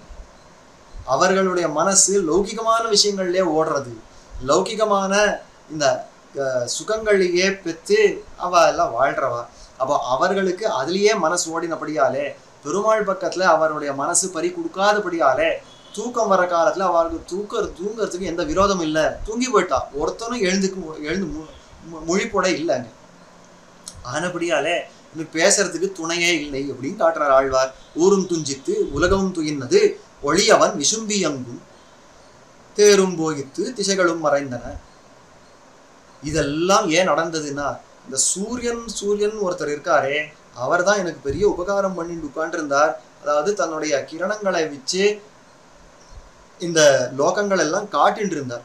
லோகங்கள் எல்லாம் காட்டி இதோ இந்த வஸ்துக்கள், இந்த திக்குகள் அப்படின்னு பல விஷயங்கள் எல்லாம் காட்டிருந்தார். ஆனா இந்த சூரியனுடைய தேரை காணாம போயிடுச்சு. சூரியனுடைய தேர் காணாம போயிடுச்சுன்னா, சூரியன் காணாம போனார் அப்படின்றதோட தேர் காணாம போயிடுச்சு அப்படின்ற என்ன அர்த்தம்னா, சூரியன் மறைஞ்சதுக்கு அப்புறமும் கொஞ்சம் வெளிச்சம் இருக்குமோ இல்லையோ, அந்த வெளிச்சமும் காணாம போயிடுச்சு. அந்த தேரும் மறைஞ்சது. தேர் எப்போ மறைஞ்சதோ, சூரியனே எப்போ இல்லையோ, அதாவது லோக திருஷ்டி அப்படின்னு காட்டுற அந்த லோகத்துக்கு எல்லாம் தான் தர்சனத்தை கொடுக்கக்கூடிய அந்த சூரியன் இருக்கு, அந்த சூரிய பகவான் மறைந்ததும் அந்த தேரும் போன உடனே இவளுக்கு எது திக்குன்னு கூட தெரியல. திக்பிராந்தி அப்படின்னு பேர் இதுக்கு. எது திக்குன்னு கூட தெரியல, அந்த அளவுக்குன்னா ஆயிடுச்சு. அப்போ ஒரு வஸ்துவும் தெரியல, ஒன்னும் தெரியல, செய்வதும் நிறைய நான் என்ன பண்ண போறேனோ என்ன பண்ணணுமோ ஒன்னும் தெரியாம இப்படி திண்டாண்டு இருக்கேனே அப்படின்னு ஆழ்வார் கேட்கிற ஒரு அற்புதமான பாசுரமா அமர்ந்திருக்கிறது இந்த மாரிமாக்கடல் அப்படின்னு. அதுக்கு அடுத்தது சொல்றார், ஆயன் மாயமே அன்னி மத்தென் கையில் மலைகளும் இரனில்லா பேயினார் உயிருண்டிடும் பிள்ளை நம் பெண் உயிருக்கு இறங்குமோ, தூயமாமதி கதிர்ச்சுட துணையில்லை இடமுல வேகின்னதால் ஆயன் வேயினுக்கு அழுகின்னது உள்ளமும் அஞ்சேல் என்பார் இல்லையே அப்படின்னு காட்டுறார். இது மூணாம் பாட்டுல இதை சொல்றார். ஆயன் இத்தியாதி, அதாவது இந்த எம்பெருமான் இருக்கிறானே, ஆயன் மாயமே அன்னி மத்து என் கையில் வளைகளும் இரனில்லா. அந்த எம்பெருமான் இருக்கிறானே, அவனுடைய அந்த சம்ஸ்லேஷத்தை ஒழிய என்னுடைய இந்த கையில வளைகளும் நிக்க மாட்டேன்ற. இந்த வளைகள் எல்லாம் எப்படி இருக்கிறதுன்னா கலந்து விழுந்து போகுது. அந்த வளைகளே சைத்தியத்தை அடைஞ்சு போறது அப்படின்னு காட்டுறா. சைத்தில்யம் உபயாந்தி ஆஷு கரேஷு வளையான்யபி. என்னுடைய கைகள்ல இருக்கிற இந்த வளைகள் இருக்கிறதே, அதுவும் சடக்கென அந்த சைத்தியத்தை அடைஞ்சுடுறது, அதெல்லாம் கலந்து விழுந்துடுறது. அந்த வளையும் நிற்க மாட்டேன்றது. அதை சொல்றாருங்க. வளைகளும் இரனில்லான்னா ஒரு க்ஷணகாலமும் நாம் தரிக்க முடியாத அளவுக்கு விழுந்துடுறது. பேயினார் உயிருண்டிடும் பிள்ளை நம் பெண்ணுயிருக்கு இறங்குமோ. இதுதான் ரொம்ப ஆச்சரியமா காட்டுறான். இந்த கண்ணன் இருக்கிறானே பெரிய கொடுமைக்காரன். ஏன் ஆழ்வார் இப்படி சொல்லலாமான்னா, ஆமாமா நான் சொல்றேன், இவன் கொடுமைக்காரன் தான். ஏன் அப்படின்னா, ஒரு பெண் அப்படின்னாலே இவனுக்கு பிடிக்காது போலும், கண்ணனுக்கு பிடிக்காது போலும் அப்படின்னு. ஏன் சுவாமி பெண்ணா ஏன் பிடிக்காதுன்னா, அதுக்குதான் ஒரு அற்புதமான சரித்திரம் சொல்றார் பாருங்க. பூத்தனா வதத்துல பாருங்க, அவள் ஒரு பெண் அப்படின்னு பார்த்த உடனே உயிரையே உண்டுட்டான். பெண்ணு நீங்க விட்டு வச்சாலும் இல்லையே. அப்போ பெண்ணான அந்த பேயா இருந்தாலும் பெண் அப்படின்னா பார்த்து விட்டுருக்கலாமா இல்லையோ, அதெல்லாம் பண்ணவே இல்லை. பெண்ணான அவளுடைய உயிரை உண்டார். என் உயிரை உண்றது என்ன பெரிய விஷயம் அவனுக்கு அப்படின்னு கேட்கிறார் ஆழ்வார். ரொம்ப ஆச்சரியமான விஷயம். அதை சொல்றாரு இங்க, பேயினார் உயிருண்டிடும் பிள்ளை நம் பெண்ணுயிருக்கு இறங்குமோ. வியாக்கியானத்துல ரொம்ப ஆச்சரியமா 2 விதமா காட்டுறா இது வியாக்கியானம். என்னன்னா, ஒன்னும் பூத்தனையுடைய முலையில வாய் வைத்து பூத்தனை கையில அகப்பட்ட போதே என்னுடைய உயிர் போயிடுச்சு. மங்களாசாசன பருவங்களில் ஆழ்வார்கள் அதனால சொல்றார், பூத்தனுடைய கையில அகப்பட்ட போதே என்னுடைய பாதி உயிர் போயிடுச்சு. அந்த மாதிரி போய் சேர்ந்து அந்த பூத்தனை கையில அகப்படணும் அப்படின்னு போய் சேர்ந்தவன் எம்பெருமான்.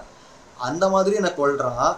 2வது, பூத்தனையே கொன்னவன் என்ன கொல்ல மாட்டானா, அந்த மாதிரியும் கொல்றான். எப்படி இருந்தாலும் இந்த கண்ணன் பக்கத்துல வந்தா படுற பாடிது அப்படின்னு காட்டுறா. ரொம்ப ஆச்சரியமா, தூயமாமதி கதிர்ச்சுட துணையில்லை இனமுல வேகின்னதால் ஆயன் வேயினுக்கு அழுகின்னது உள்ளமும் அஞ்சேல் என்பாரில்லையே. இந்த சந்திரன் இருக்கிறானே, இந்த சந்திரனுடைய கிரணங்கள் எல்லாம் வந்து என்னை சுடுற போது, என்னை தகிக்கிற போது, எனக்கு பக்கத்துல ஒரு துணையும் காண முடியவில்லையே. அதை சொல்றாருங்க, அந்த கதிர்ச்சுட துணையில்லை இனமுல வேகின்னதால் என்னுடைய உடம்பெல்லாம் அப்படி வெந்து போறது, அந்த வெப்பத்துல அது அழிஞ்சு போறது. ஆயன் வேயினுக்கு அழுகின்னது உள்ளமும் அஞ்சேல் என்பாரில்லை.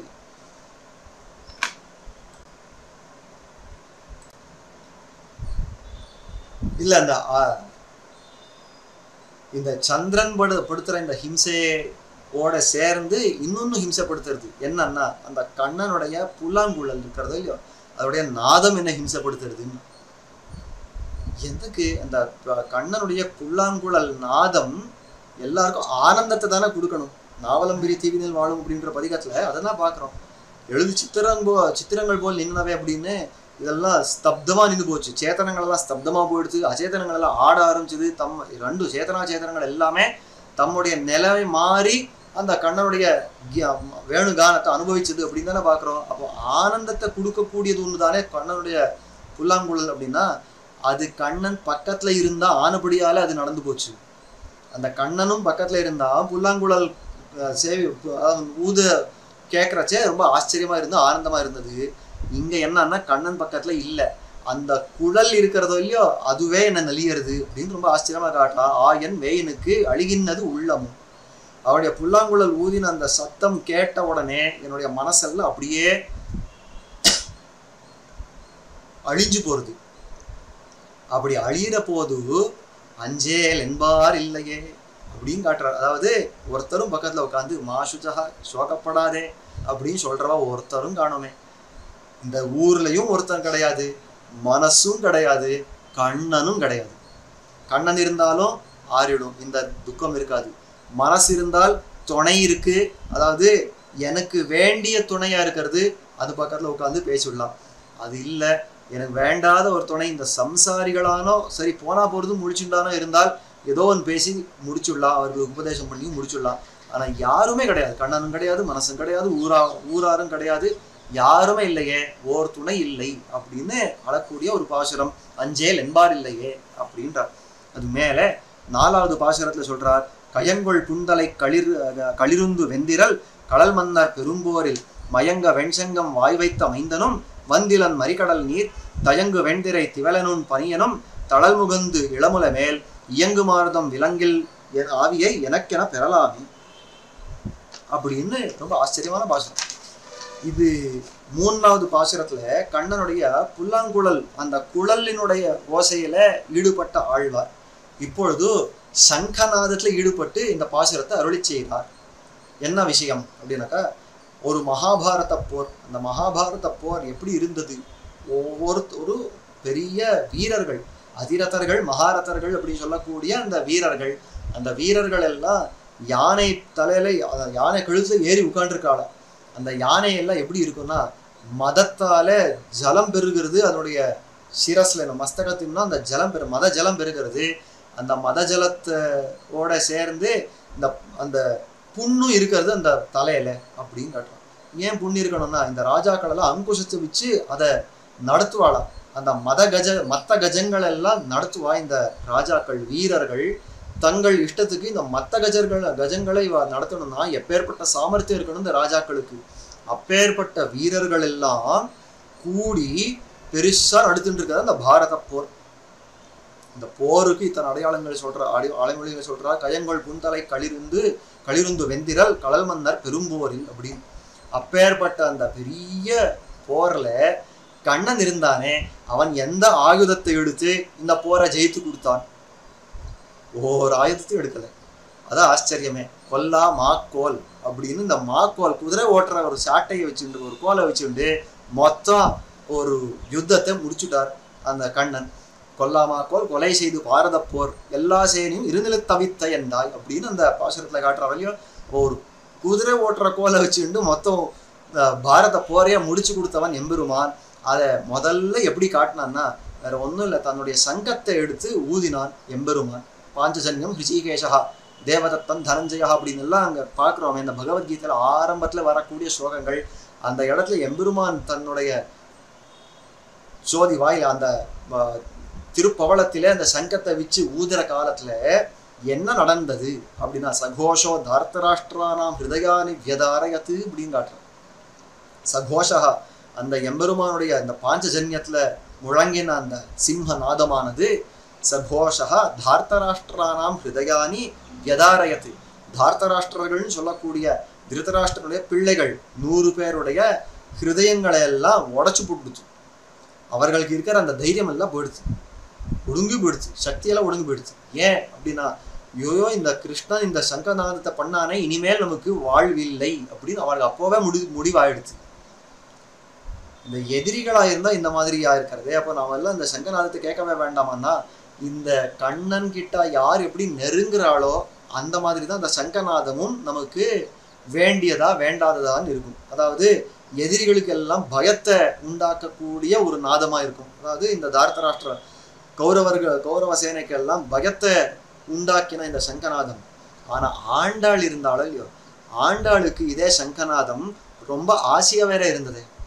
அவள் சொல்ற அந்த பாசுரம் இருக்கிறது, பூங்கொள் திருமுகத்து முடுத்தூதிய சங்கொலியும் சார்ங்கவில் நானொலியும் அப்படின்னு காட்டுறச்சே, அந்த எம்பெருமான் தன்னுடைய வாயில வச்சு ஊதக்கூடிய அந்த பாஞ்சஜன்ய நாதம் இருக்கிறதே, அந்த சப்தம் எனக்கு கேட்கணும். அவருடைய நான் ஒலி தன்னுடைய சாரங்கத்துல அந்த டேங்காரம் பண்றாங்க இல்லையா, அந்த டேங்காரம் எனக்கு கேட்கணும்.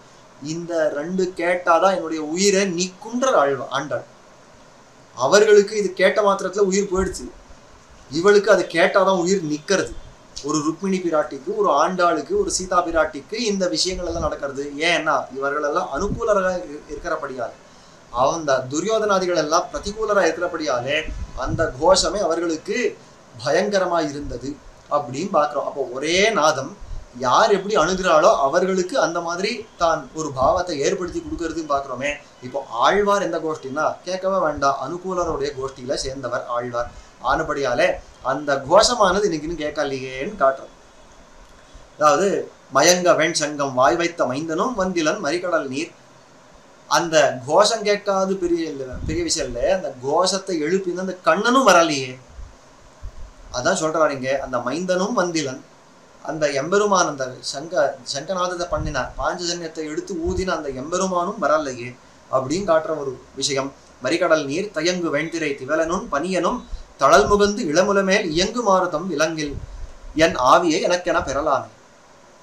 ரொம்ப ஆச்சரியமா காட்டுறார். இந்த தனிமையில இந்த மந்த மாருத்தம் முன்னாடி அங்கஸ்பர்சம் பண்றது அப்படின்னு காட்டினாரே, அப்படி அங்கஸ்பர்சம் பண்ணக்கூடிய அந்த மந்த மாருத்தமானது இன்னொரு விஷயத்தையும் பண்றது. என்னன்னா, சமுத்திரத்துல பெரிய பெரிய வெள்ள அலைகள் எல்லாம் வெண்மையா அந்த சேர்றது, இந்த அந்த தளத்துல சேர்றது அப்படின்னு பார்த்தா, அப்போ அந்த இடத்துல சின்ன சின்ன திவலைகள் எல்லாம் இருக்கிறது இல்லையா, நீர் திவலைகள், அந்த திவலைகள் எல்லாம் கொண்டு இந்த நாயக்கி உடம்புல அப்படி தூவறதான் இந்த மந்த மாருத்தமானது. இந்த காத்தானது அப்படி தூவறதான். ஏன் இப்படி தூவறேன்னா, உனக்கு குளிர்ச்சியா இருக்கணும், பனியை எடுத்து இப்படி இரட்டிட்டு இருக்கேன் அப்படின்னு அந்த மாருத்தம். ஆழ்வார் சொன்னார், நீ ஏதோ ஒரு வஸ்துவுக்கு பனின்னு பேர் வச்சிருக்கியே, அது நிஜமாவே பனி இல்லை, பனின்னு பேர் வச்ச ஒரு அந்த அனல், வேற ஒன்றும் இல்லை. அதெல்லாம் இந்த தணல் போல இருக்கிறது, பெரிய இந்த வெப்பத்தோட இருக்கிற அக்னி சிகைகள் போல இருக்கிறது, இதெல்லாம் எடுத்து என் மேல தூவிட்டு இருக்கேன், வேற ஒன்றும் இல்லை அப்படின்னு காட்டுறார். அதான் சொல்றார், தயங்கு வெண்திரை திவலனும் பனியனும் தளல் முகந்து. பனியனும் தளல் முகந்துன்றதுல வியாக்கியானம் பண்ணி காட்டுறார். இதுக்கு பனின்னு பேர் நீ வச்சிருக்கேப்பா, ஆனா எனக்கு அது பனியா இல்லை, குளிர்ச்சி அல்ல, தணலுக்கு தான் நீ இந்த மாதிரி பனியின் பேர் வச்சு என் மேல தூவிட்டு இருக்கேன். அந்த அது எனக்கு சுகமா இல்லை, அது துக்கமா தான் இருக்கிறது அப்படின்னு காட்டுறார். இயங்கு மாருதம் விலங்கில் என் ஆவியை எனக்கு என பெறலாமே. அவள் சொல்றார், இந்த மாதிரி இந்த காரியம் பார்த்துட்டு இருக்கேன், இந்த மாருதம் இது தன்னுடைய காரியத்தை நிறுத்தினால் என்னுடைய ஆவி எனக்குன்னு பெறலாம், என்னுடைய ஆவி என்னுடைய பிராணன் எனக்குன்னு பெறலாம். இல்லை அப்படின்னா இந்த பிராணன் போயிடும், இனிமேல் எனக்கு இந்த பிராணன் தங்காது அப்படின்னு சொல்லக்கூடிய அற்புதமான வார்த்தை. இதுக்கு ரொம்ப ஆச்சரியமா சொல்றார். ஒரு காலத்துல ராவணன் சீதையை ஹிம்சை பண்ணினா அந்த ஹிம்சையான ஒரு அளவு பட்டு இருந்தது.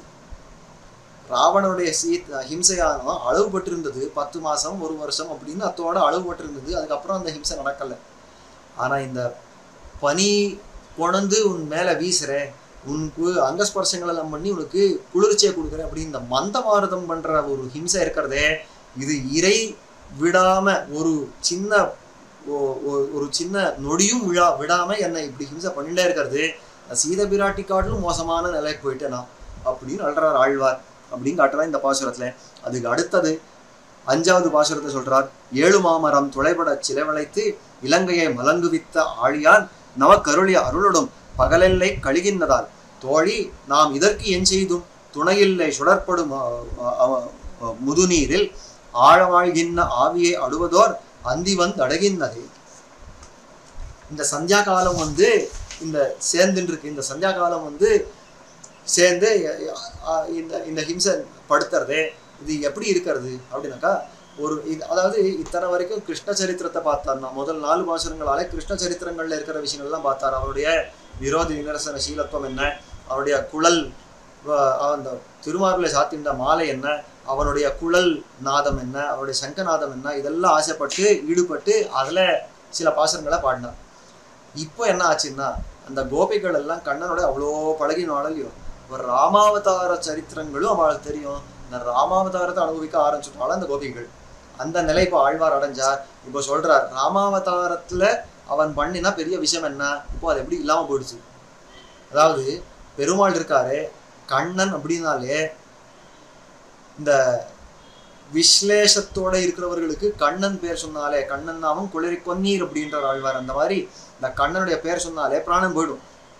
ஆனா ராமனுடைய நாமம் எப்படி இருக்கும்னா பராசர பட்டர் சொல்றது, அதான் மிருத சஞ்சீவனம் ராம அதாவது வைபவம் அப்படின்னு அந்த எம்பெருமானுடைய வைபவம் இருக்கிறது. அது மிருத சஞ்சீவனமான ஒரு விஷயம். அதாவது உயிர் போயின்னு இருக்கு அப்படின்றச்சவும் ராமனுடைய நாமத்தை சொன்னாலே, அவனுடைய திருநாமத்தை சொன்னாலேயோ அவனுடைய வைபவத்தை சொன்னாலேயோ போற உயிர் நிற்கும். அந்த அளவுக்கு இருக்கிற வைபவம் ராமனுடையது. ஆனபடியால இந்த ராம சரித்திரத்தை எடுத்து அதை கொஞ்சம் அனுபவித்து நாம் உயிர் தரிக்கலாமான்னு பார்த்தார் ஆழ்வார். அதான் இந்த பாசுரம் 7 மாமரம் துளைப்பட சிலவளைத்து இலங்கையை மலங்குவித்த ஆழியா. ராமாவதாரத்துல தன்னுடைய வீரத்தை எப்படி காட்டினான் எம்பெருமான், பெருமாள் எப்படி தன்னுடைய வீரத்தை காட்டினார்னா ஒரே ஒரு அம்பு வச்சு 7 சால விருட்சங்களை தான் தொலைத்து காட்டினார். அந்த ஒரு அம்பாலே தொலைத்து காட்டினார். 7 மராமரம் துளைப்பட சிலைவளைத்து அந்த ஒரு வில் ஒரு அம்பு அந்த 7 மரத்தையும் தொலைச்சுட்டு போகணும்னா அந்த வில்லை எப்படி வளைச்சி கட்டிருக்கணும், எத்தனை பாகுபலத்தோட அந்த காரியத்தை பண்ணியிருக்கணும், அதை பண்ணார். அதே மாதிரி இலங்கையை மலங்குவித்த ஆழியாம், அந்த லங்கா நகரத்தையே ஒன்றும் இல்லைன்னு ஆக்கிவிட்டாரே கடைசியில, அந்த பஸ்மிபூத்தமா ஆக்கிவிட்டாரே அந்த லங்கா நகரத்தை. அந்த மாதிரியான எம்பெருமான் இங்க என்ன சொல்றான்னா ஆழியான் ஒரு கை மோதிரத்தை ஈடுபடுறார் இந்த நாயகி. அந்த அந்த கணையாளி அப்படின்னு சொல்றாளே அந்த மாதிரியான அந்த கையில இருக்கிற அந்த மோதிரத்தை பார்த்து அந்த மோதிரத்தை போட்டுருக்கவன் இந்த காரியத்தை பண்ணி போனானே. அதாவது இத்தனை போதும் எனக்கு அருளை பண்ணியிருந்தா ஆனபடியால பகலா இருந்தது, மத்தியானமா இருந்தது, கொஞ்சம் ஆறி இருந்தேன். அது ராமனுடைய அனுகிரகம். இந்த மத்தியானமா இருந்தது ராமனுடைய அனுகிரகம். நான் கொஞ்சம் ஆறி இருந்தேன். அவருடைய அருள் அப்படின்றது அனுகிரகம்ன்றது முடிஞ்சு போச்சு. அனுகிரகம் இருக்கிற வரைக்கும் மத்தியானன்றது காஞ்சின்னு இருந்து அந்த அனுகிரகம் முடிஞ்ச உடனே அந்த அனுகிரக காரியமா வந்த இந்த மத்தியானமும் முடிஞ்சு போயிடுச்சு. அவருடைய அனுகிரகம் முடிஞ்சது, இந்த பகலும் முடிஞ்சது, ராத்திரி வந்து மேலிட்டு அப்படின்னு தான் காட்டுறார் இந்த பராகால நாயகி. இந்த இடத்த சொல்றார் இந்த ஆழியான் அப்படிங்கிறது ஏதோ மோதிரத்தை சொன்னாரே, ஏன் மோதிரம் அதுவும் இதுவும் என்ன சம்பந்தம்னா ரொம்ப ஆச்சரியமா சொல்றார். ஒரு மோதிரத்தை வச்சு சீதா பிராட்டிக்கு உயிர் பிழைத்தாள் இந்த சீதா பிராட்டி. அப்போ அந்த மோதிரத்தை ஹனுமான் அங்குலிய பிரதானம் பண்ற காலத்துல அந்த மோதிரத்தை பார்த்தவள் ராமனுடைய விரல் ஞாபகம் படுத்தினாள். இந்த விரல் ஞாபகம் படுத்தின உடனே அவனுடைய கை ஞாபகம் வந்தது. கை ஞாபகம் வரவே தோள் தெரிஞ்சது. தோள் தெரியவே திருமேனி தெரிஞ்சது. திருமேனி தெரியவே அந்த ராமனே பக்கத்துல இருந்த ஆனந்தத்தை சீதை அடைந்தாள். இதெல்லாம் நம்ம பார்க்கிறோம் சுந்தரகாண்டத்துல. அப்போ இந்த மாதிரியான ஒரு ஆஸ்வாசகரமாயிருந்த ஒரு மோதிரத்தை பார்த்து இப்போ ஆழ்வார் என்ன சொல்றாருன்னா, இந்த மாதிரி ஆஸ்வாசனம் பண்றதுக்கு எனக்கு என்கிட்ட ஒண்ணுமே கொடுத்து அமைக்கலையே பெருமாள். ஒரு மோதிரமும் இல்லை, ஒண்ணுமே கொடுக்கலையே, ஒன்னத்தையும் கொடுத்து ஆஸ்வாசம் படுத்தலையே, ஏன்னு வரமாட்டேன்றான் அப்படின்னு ராமாவதாரத்தை வச்சு ஈடுபட்டு பாசுரம் காட்டுறார். 7 மராமரம் தொலைப்பட சிலவளைத்து இலங்கையை மலங்குவித்த ஆழியான் நமக்கு அருளிய அருளுடன் பகலெல்லை கழிகின்றதால் எனக்கு அனுகிரகம் பண்ணினான். மத்தியானமா இருந்தது, அவனுடைய அனுகிரகம் முடிஞ்சது, இந்த பகலும் முடிஞ்சு அத்தோட போயிடுச்சு. இப்போ ராத்திரி ஆயிடுச்சு. தோழி நாம் இதற்கேன் செய்தும். பக்கத்துல இருந்த தோழியை கட்டிக்கிறா. ஐயோ தோழி நீ ஒரு அபலை. தோழின்னு என்ன, தோழன்னா இருந்தா சரி, அவன் ஒரு சக்தன், அவன் எதானும் பண்ணலான்னு சொல்லலாம். தோழி நீ ஒரு பெண் பிறந்தவள், நான் ஒரு பெண் பிறந்தவள், நீ ஒரு அபலை, நான் ஒரு அபலை. நான் எந்த தசை அடைஞ்சிருக்கேனோ நீயும் அதே தசை தான் அடைஞ்சிருக்கேன். 2 பேரும் என்ன பண்ண முடியும்? தோழி நாம் இதற்கு என் செய்தும்.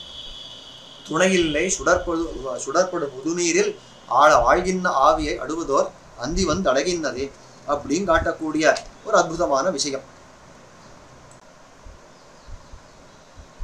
அதுக்கு மேல 6வது பாசுரத்தை சொல்ற, முறையும் வெண்திரை முதுகயம் தீப்பட முழங்கடல் எரியம்பின் வரிகொள் வெஞ்சிலை வளைவித்த மைந்தனும் வந்திலன் என் செய்கே எரியும் வெங்கதிர் துயின்னது பாவியேன் இடைநெடுங்கண் துயில கரிய நாளிகை ஊழியர் பெரியன கழியுமார் அறியேனே அப்படின்ற. அதாவது முறையும் வெண்திரை முதுகயம் தீப்பட, இந்த சமுத்திரம் இருக்கிறதே, இந்த சமுத்திரமானது எப்படி இருக்கிறதுனா வெள்ளை அலைகளோட கூடி இருக்கிறது. அதாவது அந்த கிளர்ந்து நல்லா விஸ்தாரமா வரக்கூடிய அந்த சமுத்திர அலைகள் எல்லாம் இருக்கிறது. அந்த அலைகளோட கூடின இந்த பெரிய கடல், இந்த கடல் இருக்கிறதே அது பெரிய நெருப்பு கொளுத்தி போட்டுடுச்சு. அந்த பெரிய நெருப்பு கொளுத்தி அது எரியற மாதிரி இருக்கிறது. முறையம் வெண்திரை முதுகயம் தீப்பட முழங்கடல் எரியம்பின் வரிகொள் வெஞ்சிலை வளைவித்த மைந்தனும் வந்திலன் அப்படின்னு காட்டுறார். அதாவது இது முன்னாடி பாசுரத்துல பெருமாளுடைய அந்த திருவாழி மோதிரத்துல ஆசை ஈடுபட்டு பாடினவள் இப்பொழுது அந்த எம்பெருமானுடைய அம்பு அதை பார்த்து அதுல ஈடுபட்டு பாடுற பாசுரமா இருக்கிறது. அதை சொல்றார். அதாவது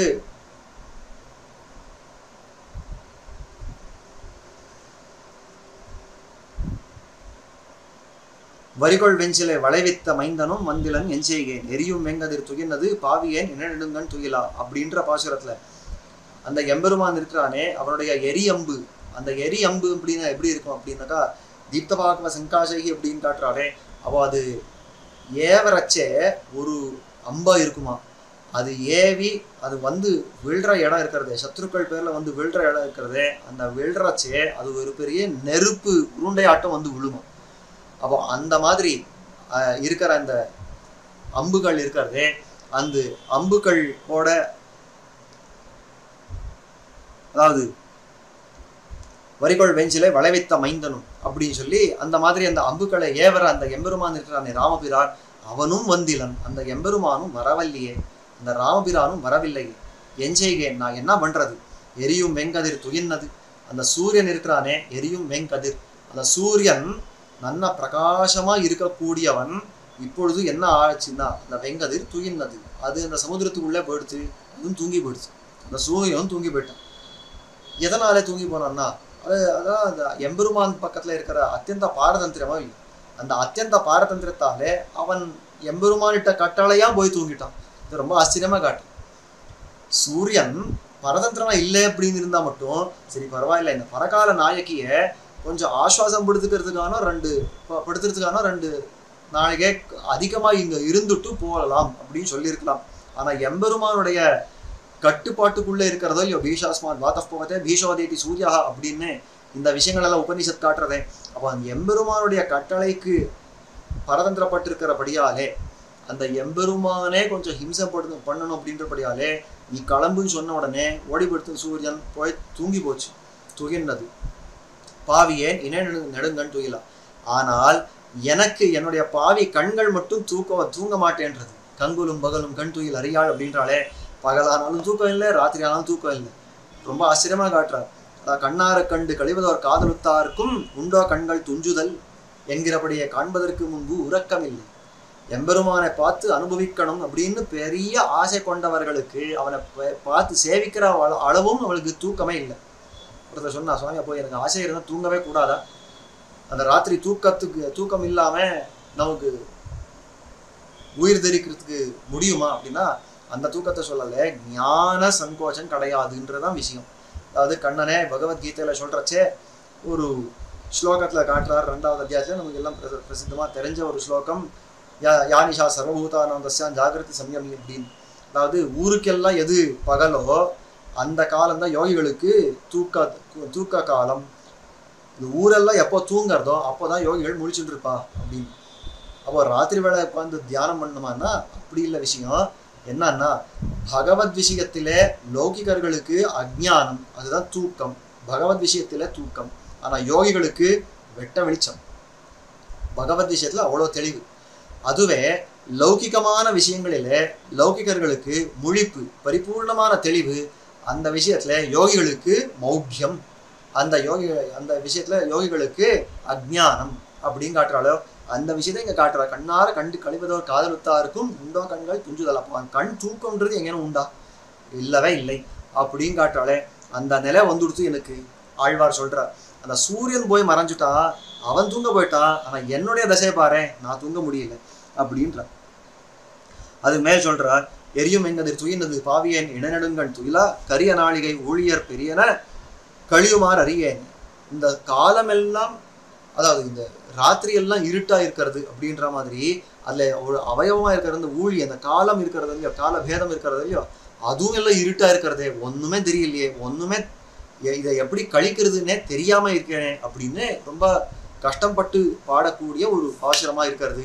அதுக்கு அடுத்தது 7வது பாசுரத்தை சொல்றார், கலங்கமாக்கடல் கடைந்தடைத்து இலங்கையர்கோனது வரையாகம் மலங்க வெஞ்சமத்தடுசுரு துறந்த எம் அடிகளும் வாரானாய் இலங்கு வெங்கதிர் இளமதியதனோடும் விடமணி அடும் ஆயன் நிலங்கள் வேயின் தோசையுமாய் இனி விளைவதும் அறியேன் அப்படின்றார்.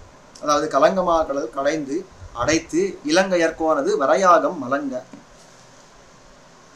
இந்த சமுத்திரத்தை ராமாவதாரத்துல சமுத்திரத்தை அத அணை கட்டி அந்த சமுத்திரத்தை அடக்கினான் எம்பெருமான். அதை காட்டுறாங்க. அதாவது கலங்கமாக்கடல் கடைந்து அடைத்து, வெறும் அந்த சமுத்திரத்தை அடைத்தது மட்டும் இல்லை, அதை முதல்ல ஒரு காலத்துல கடைஞ்சான். அப்போ பெரிய பிராட்டியாருக்கு பண்ணின உபகார விசேஷங்கள் அப்படின்னு காட்டுறான். ஒரு கால விசேஷத்துல கடல்லாம் கடைஞ்சான். அமுதில் வரும் பெண்ணமுதான அந்த பிராட்டியை தான் பெத்து போனான். அப்போ அந்த பிராட்டிக்கு ஒரு வாழ்ச்சி. அப்போ கடலை கடைஞ்சது எதுக்கு? எதார்த்தம் அம்போதி அவ அமந்திய பந்திச்சா அப்படின்னு ஆள வந்தார் பரமாச்சாரியர் காட்டுறாலையோ. இந்த பெரிய பிராட்டியாருக்காக இந்த சமுத்திரமானது அபந்தி அமந்தி அப்படின்னு அது அந்த பந்திக்கப்பட்டது மதிக்கப்பட்டது அப்படின்னு காட்டுறார். அப்போ இந்த கடலை கடைஞ்சதெல்லாம் யாருக்கு? ஒரு பிராட்டிக்காக. கடலை அடைத்தது யாருக்காகனா அதுவும் ஒரு பிராட்டிக்காக, சீதா பிராட்டிக்காக கடலை அடைத்தார். அப்போ இந்த மாதிரி இருக்கிற அந்த இலங்கையர்கோனது வரையாகம் மலங்க வெஞ்சமத்து அடுசுரம் துறந்த இதெல்லாம் பண்ணி அந்த லங்கைக்கு போய், அந்த லங்கைக்கு ராஜாவா இருந்த அந்த ராவணன் இருந்தானே, அந்த ராவணனுடைய ஹிருதயம் எல்லாம், அதாவது அவனுடைய ஹிருதயம் பிளந்து போற மாதிரி அவன் அந்த அடுசுரம் ரொம்ப ஹிம்சிக்கிற அந்த அடுசரம் துறந்த அப்படின்னு சொல்லி அந்த ஹிம்சிக்கிற அந்த சரங்களை எல்லாம் தான் பிரயோகம் பண்ணி காட்டினான இந்த எம்பெருமான். அவனும் வரல, எம் மடிகளும் வாரானால், எனக்கு சுவாமியான அந்த எம்பெருமானும் வரவில்லை அப்படின்னு காட்டி, அப்பேற்பட்ட அந்த அவருடைய அந்த குணவிசேஷங்கள், அந்த சமுத்திரத்தை அடைத்தது, சமுத்திரத்தை கடைஞ்சது, இந்த சீதா பிராட்டியை தானே தேடி போய் ரட்சிச்சது அப்படின்ற அந்த குணவிசேஷங்கள் எல்லாம் அதில் ஈடுபட்டு அப்பேற்பட்ட எம்பெருமான் நான் ஒருத்தி இருக்கிறேன் அப்படின்றபடியால வரலையே அப்படின்னு துக்கம் படுறாள். இலங்கு வெங்கதிர் இளமதி எதனோடும் விடமணி அடும் ஆய நிலங்கள் வேயின தோசையுமாய் இனி விளைவதன் நரியேன். இத்தோட ரொம்ப ஆச்சரியமா ஒரு விஷயத்த சொல்றார். இலங்கு வெங்கதிர் இளமதி எதனோடும் அப்படின்னு, அதாவது இந்த சந்திரன் இருக்கிறாங்க இல்லையோ, அந்த சந்திரனுடைய ஒரு வெப்பமான கதிர்கள், அந்த வெப்பமான கிரணங்கள் எல்லாம் இருக்கிறது, அந்த வெப்பமான கிரணங்கள் எல்லாம் என்ன ஹிம்சப்படுத்துறதுன்றது ஒரு பக்கத்துல இருக்கிறது. அத்தோட சேர்ந்து விடமணி அடும் அப்படின்னு இந்த எருதுகள் எல்லாம் இருக்கிறது இல்லையோ, அந்த எருதுகளுடைய கழுத்துல கட்டிருக்கிற மணி ஓசை இவளுக்கு வந்து சேர்றது, வந்து கேட்கறதா இந்த நாயகிக்கு. ஐயோ, இந்த எருதுகளுடைய கழுத்துல இருக்கிற மணி ஓசையெல்லாம் கேட்கறது எனக்கு இப்படி ஹிம்சையா இருக்கிறதே, இப்படி ஹிம்சையா இருக்கிறதே அப்படின்றான். நமக்கு தோணும், சுவாமி எருதுகளுடைய கழுத்துல இருக்கிற மணி கணக்கணான்னு அடிச்சா இந்த நாயகிக்கு என்ன ஹிம்சை அப்படின்னா, வேற ஒன்றும் இல்லை, இந்த எருதுகள் எல்லாம் இருக்கிறதே அது தன்னுடைய பெண்களான அந்த பசுமாடுகள் பின்னாடி போறச்சே அந்த ஆசையோட போற காலத்துல வரக்கூடிய சத்தம், அந்த வர சத்தத்தை பார்க்கிறச்சே அந்த பசுக்கள் எல்லாம் தன் துணையை தேடி போறது. ஆனா எனக்கு துணை கிடைக்க மாட்டேன்றதே, இந்த எம்பெருமான் பக்கத்துல வரமாட்டேன்றானே அப்படின்ற ஹிம்சை, அந்த துக்கத்துல இந்த ஆழ்வார் பாசுர ஒரு பாசுரம். ஆய நிலங்கள் வேயினது ஓசையுமாய், அது ஒரு கணக்கனா அந்த மணி சத்தம் மட்டும் கேட்டால் அது ஒரு பக்கத்துல தனியே போரும், அது பிராணம் போயிடுறதுக்கு. ஆனா அத்தோட கூற்றுவா சேர்ந்து இன்னொரு விஷயமும் நடக்கிறது. என்னன்னா, எம்பெருமானுடைய புல்லாங்குழல் வேற கேட்கறது. ஒரு பக்கத்துல மணியோசை கேட்கறது, ஒரு பக்கத்துல புல்லாங்குழல் கேட்கறது, ஒரு பக்கத்துல சந்திரன்னா தகிக்கிறான், இந்த பக்கத்துல எம்பெருமான் வரல. நான் என்ன பண்றதுன்னு தெரியலையே, விளைவதொன்னு அறியேனே, இனி விளைவதொன்னு அறியேனே. இதுக்கு மேல ஒரு பாவம் வேணுமா? எத்தனை பாவம் பண்ணிருந்தா இந்த விஷயத்தை அனுபவிப்பேன், இதுக்கு மேல ஒரு பாவம் வேணுமா? இதுக்கு மேல என்ன பாவம் இருக்குன்னு தெரியலையே அப்படின்னு காட்டுறார். 8ஆம் பாசுரம் சொல்றார். முழுது இவ்வையகம் முறைகட மறைதலும் முனிவனும் முனிவைதி மழுவினால் மன்னராயூரில் வவ்விய மைந்தனும் வாரானால் ஒழுகுனுன் பனிக்கொடுங்கிய பேடையை அடங்க வஞ்சிரை கோலி தழுவ நள்ளிருள் தனிமையில் கடியதோர் கொடுவினை அறியேனே. பரசுராமாவதாரத்தை எடுத்து வந்த அந்த எம்பெருமானும் வரலையே அப்படின்னு ஈடுபடுற பாசனம். என்ன விஷயம் அப்படின்னாக்கா, இந்த பரசுராமாவதாரமே எதுக்காக? முறை எப்போ தப்பித்தோ, பிராமணர்களை முன்னிட்டு இந்த லோகத்தை எல்லாம் ஆழன்று முறை தப்பி சத்திரியர்கள் அகங்காரத்தோட எப்போ வர்த்தித்தாரோ அந்த முறையை கெடுக்கிறதுக்கு, அந்த அந்த தப்புக்களை எல்லாம் சரி பண்றதுக்காக எம்பெருமான் பரசுராமாவதாரத்தோட வந்து, அதாவது ஆவேச அவதாரம் வச்சுக்கோங்க, அப்போ அந்த அவதாரத்தோட வந்து 21 கால் இந்த பிருத்திவியெல்லாம் பர்யட்டனம் பண்ணி அந்த காலத்துல அந்த ராஜாக்கள் 21 தலைமுறைகள், அந்த 21 தலைமுறையெல்லாம் அழிச்சான் எம்பெருமான் பரசுராமன் அப்படின்னு பாக்குறோம். அப்போ அப்பேற்பட்ட அந்த பரசுராமனும் வரலையே. இந்த முறையை போ கெடுறதோ அதை ஸ்தாபிக்கிறதுக்குன்னு இருக்கிற அந்த எம்பெருமான் இந்த பரசுராமன் அவனும் வரலையே. ஒழுகுனுன் பனிக்கொடுங்கிய பேடையை அடங்க வஞ்சிரை கோரி தழுவ நள்ளிருள் தனிமையில் கடியதோ கொடுவினை அறியேன். இந்த பட்சியெல்லாம் எப்படி இருக்கிறதுன்னா, அது வெளியில பனி வீசுறது, அந்த கடல்ல இருக்கிற பனியை எடுத்து இரட்டுறது இந்த காத்தானது, அல்லது அந்த மேகம் பொழியிறது இப்படி வச்சுக்கோங்க. இந்த மாதிரியான பனிகள் எல்லாம் இருக்கிற காலத்துல இந்த பெடையோடும் தன்னுடைய பெண்ணோட இருக்கிற அந்த பறவை இருக்கிறதே, ஆண் பறவை இருக்கிறதே, தன்னுடைய பெண் பறவையை தன் ரெக்கைக்கு கீழே வச்சுண்டு காக்கிறது. நடுங்கிட்டு இருக்கிற அந்த பறவை தன்னுடைய ரெக்கைக்கு கீழே வச்சு காக்கிறது. ஆழ்வார் சொல்றா, ஐயோ இந்த பட்சிக்கு இருக்கிற பாக்கியம் எனக்கு இல்லாம போச்சு, பெருமாள் எனக்கு வந்து அந்த ஆசிரியம் கொடுக்க மாட்டேன்றாங்க அப்படின்னு சொல்றா. ஒரு அற்புதமான பாசுரம். இது மேல 9வது பாசுரத்தை சொல்றார். கனம் செய் மாமதில் கணபுரத் அவனோடும் கனவினில் அவன் தந்த மனம் செய் இன்பம் வந்துள் புகவெழ்கி என் மலைநக இருந்தேனை சினஞ்சை மால்விடை சிறுமணி ஓசை என் சிந்தையை சிந்துவிக்கும் அனந்தல் அந்நிலின் அறிகுறல் பாவியேன் ஆவியை அடுகின்னதே அப்படின்ற பாசுரம். இந்த பாசுரத்துலதான் திருக்கண்ணபுரத்து எம்பெருமானே நேர சொல்றார். அதாவது கனம் செய் மாமதில் கணபுரத் அவனோடும், கனம் செய் மாமதில், அந்த திருக்கண்ணபுரம் எப்படி இருக்கிறதுனாக்க கனமான ஒரு பெரிய மதில்களோட கூடி இருக்கிறது. எப்படி ஒரு கால, அதாவது இப்பவும் ஸ்ரீரங்கம் பெரிய கோவில் அப்படின்றது எப்படி சப்த பிராகாரங்களோட கூடியிருக்கிறதோ, பெரிய பெரிய மதில்களோட கூடியிருக்கிறதோ, அந்த மாதிரி ஒரு கால விசேஷத்துல திருக்கண்ணபுரமும் அப்படிதான் இருந்தது அப்படின்னு பெரியவர்கள் காட்டுறா. அப்பேற்பட்ட பெரிய பெரிய மதில்களோட இருந்த அந்த அந்த இருக்கிற அந்த கண்ணபுரம் இருக்கிறதே, அந்த கண்ணபுரத்தவனோடும் அந்த கண்ணபுரத்தான் இருக்கிறானே அவனோடு கனவில் அவன் தந்த மனம் செய் இன்பம் வந்துள் புக வெழ்கி என் மலை நெகவிருந்தேனை அப்படின்றான். அதாவது எம்பெருமான் இருக்கிறான், அந்த கண்ணபுரத்தான் இருக்கிறானே அந்த எம்பெருமான் சௌரிராஜன் எனக்கு மனசுக்குள்ளே எத்தனையோ மானச அனுபவங்கள் எல்லாம் கொடுத்தான். அதாவது அதற்கு கனவினில் அவன் தந்த மனம் செய் இன்பம் அப்படின்னு காட்டுறான். அது ஒரு கனவு போல இருக்கிறது, ஒரு கனவு போல இருக்கிறது. அவன் கொடுக்குற மானச அனுபவங்கள் எல்லாம் ஒரு கனவு போல இருக்கிறது. அந்த அந்த அளவுக்கு மானச அனுபவத்தை கொடுத்தான். என்னத்துக்கு மானச அனுபவம்னு இப்படி அழுத்தி சொல்லுவானேன் அப்படின்னா வேற ஒன்றும் இல்லை, மானச அனுபவம் மட்டும்தான் கொடுத்தான். இது பாஹ்ய சம்ஸ்லேஷத்தை கொடுக்க மாட்டேன்றான். மனசு, அதாவது ஆழ்வார்பட்ட பாடுன்னு வச்சுக்கோங்க. என்னன்னா ஒரு பக்கத்துல சொல்றார், நம்பியை தன் குறுங்குடி நின்றா செம்பொனேதிகளும் திருமூர்த்தியை அப்படின்னு அந்த பாசுரத்துல பாடுறச்சே, திருக்குறுங்குடி நம்பி அவனுடைய வடிவழகெல்லாம் காட்டுட்டான் ஆழ்வாருக்கு. சுந்தர பரிபூர்ணன் வடிவழகைய நம்பி தன்னுடைய வடிவழகை எல்லாம் காட்டுட்டான் ஆழ்வாருக்கு. காட்டின உடனே ஆழ்வார் கை நீட்டுறாரு. ஆஹா, இவ்வளோ அற்புதமான ஒரு திருமையினோட வந்திருக்கிறானே, இவ்வளோ சுந்தரனான எம்பெருமான் வந்திருக்கிறானே, இவனை அணைக்க வேணும் அப்படின்னு கை நீட்டுற காலத்துல ஒன்றும் இல்லை, ஒரு காத்து தான் இருக்குது எதிரில். அங்க நம்பி இல்லை. அவ பாஹ்ய சம்ஸ்லேஷன்களை கிடையாது, மானச சாட்சாத்காரம் மட்டும் உண்டு அப்படின்னு இருக்கிறதே. அதுதான் இங்க ஆழ்வார் சொல்றார், மனம் செய் இன்பம் வந்துள் புகவெழுகி என் மலை நெகவிருந்தேன்.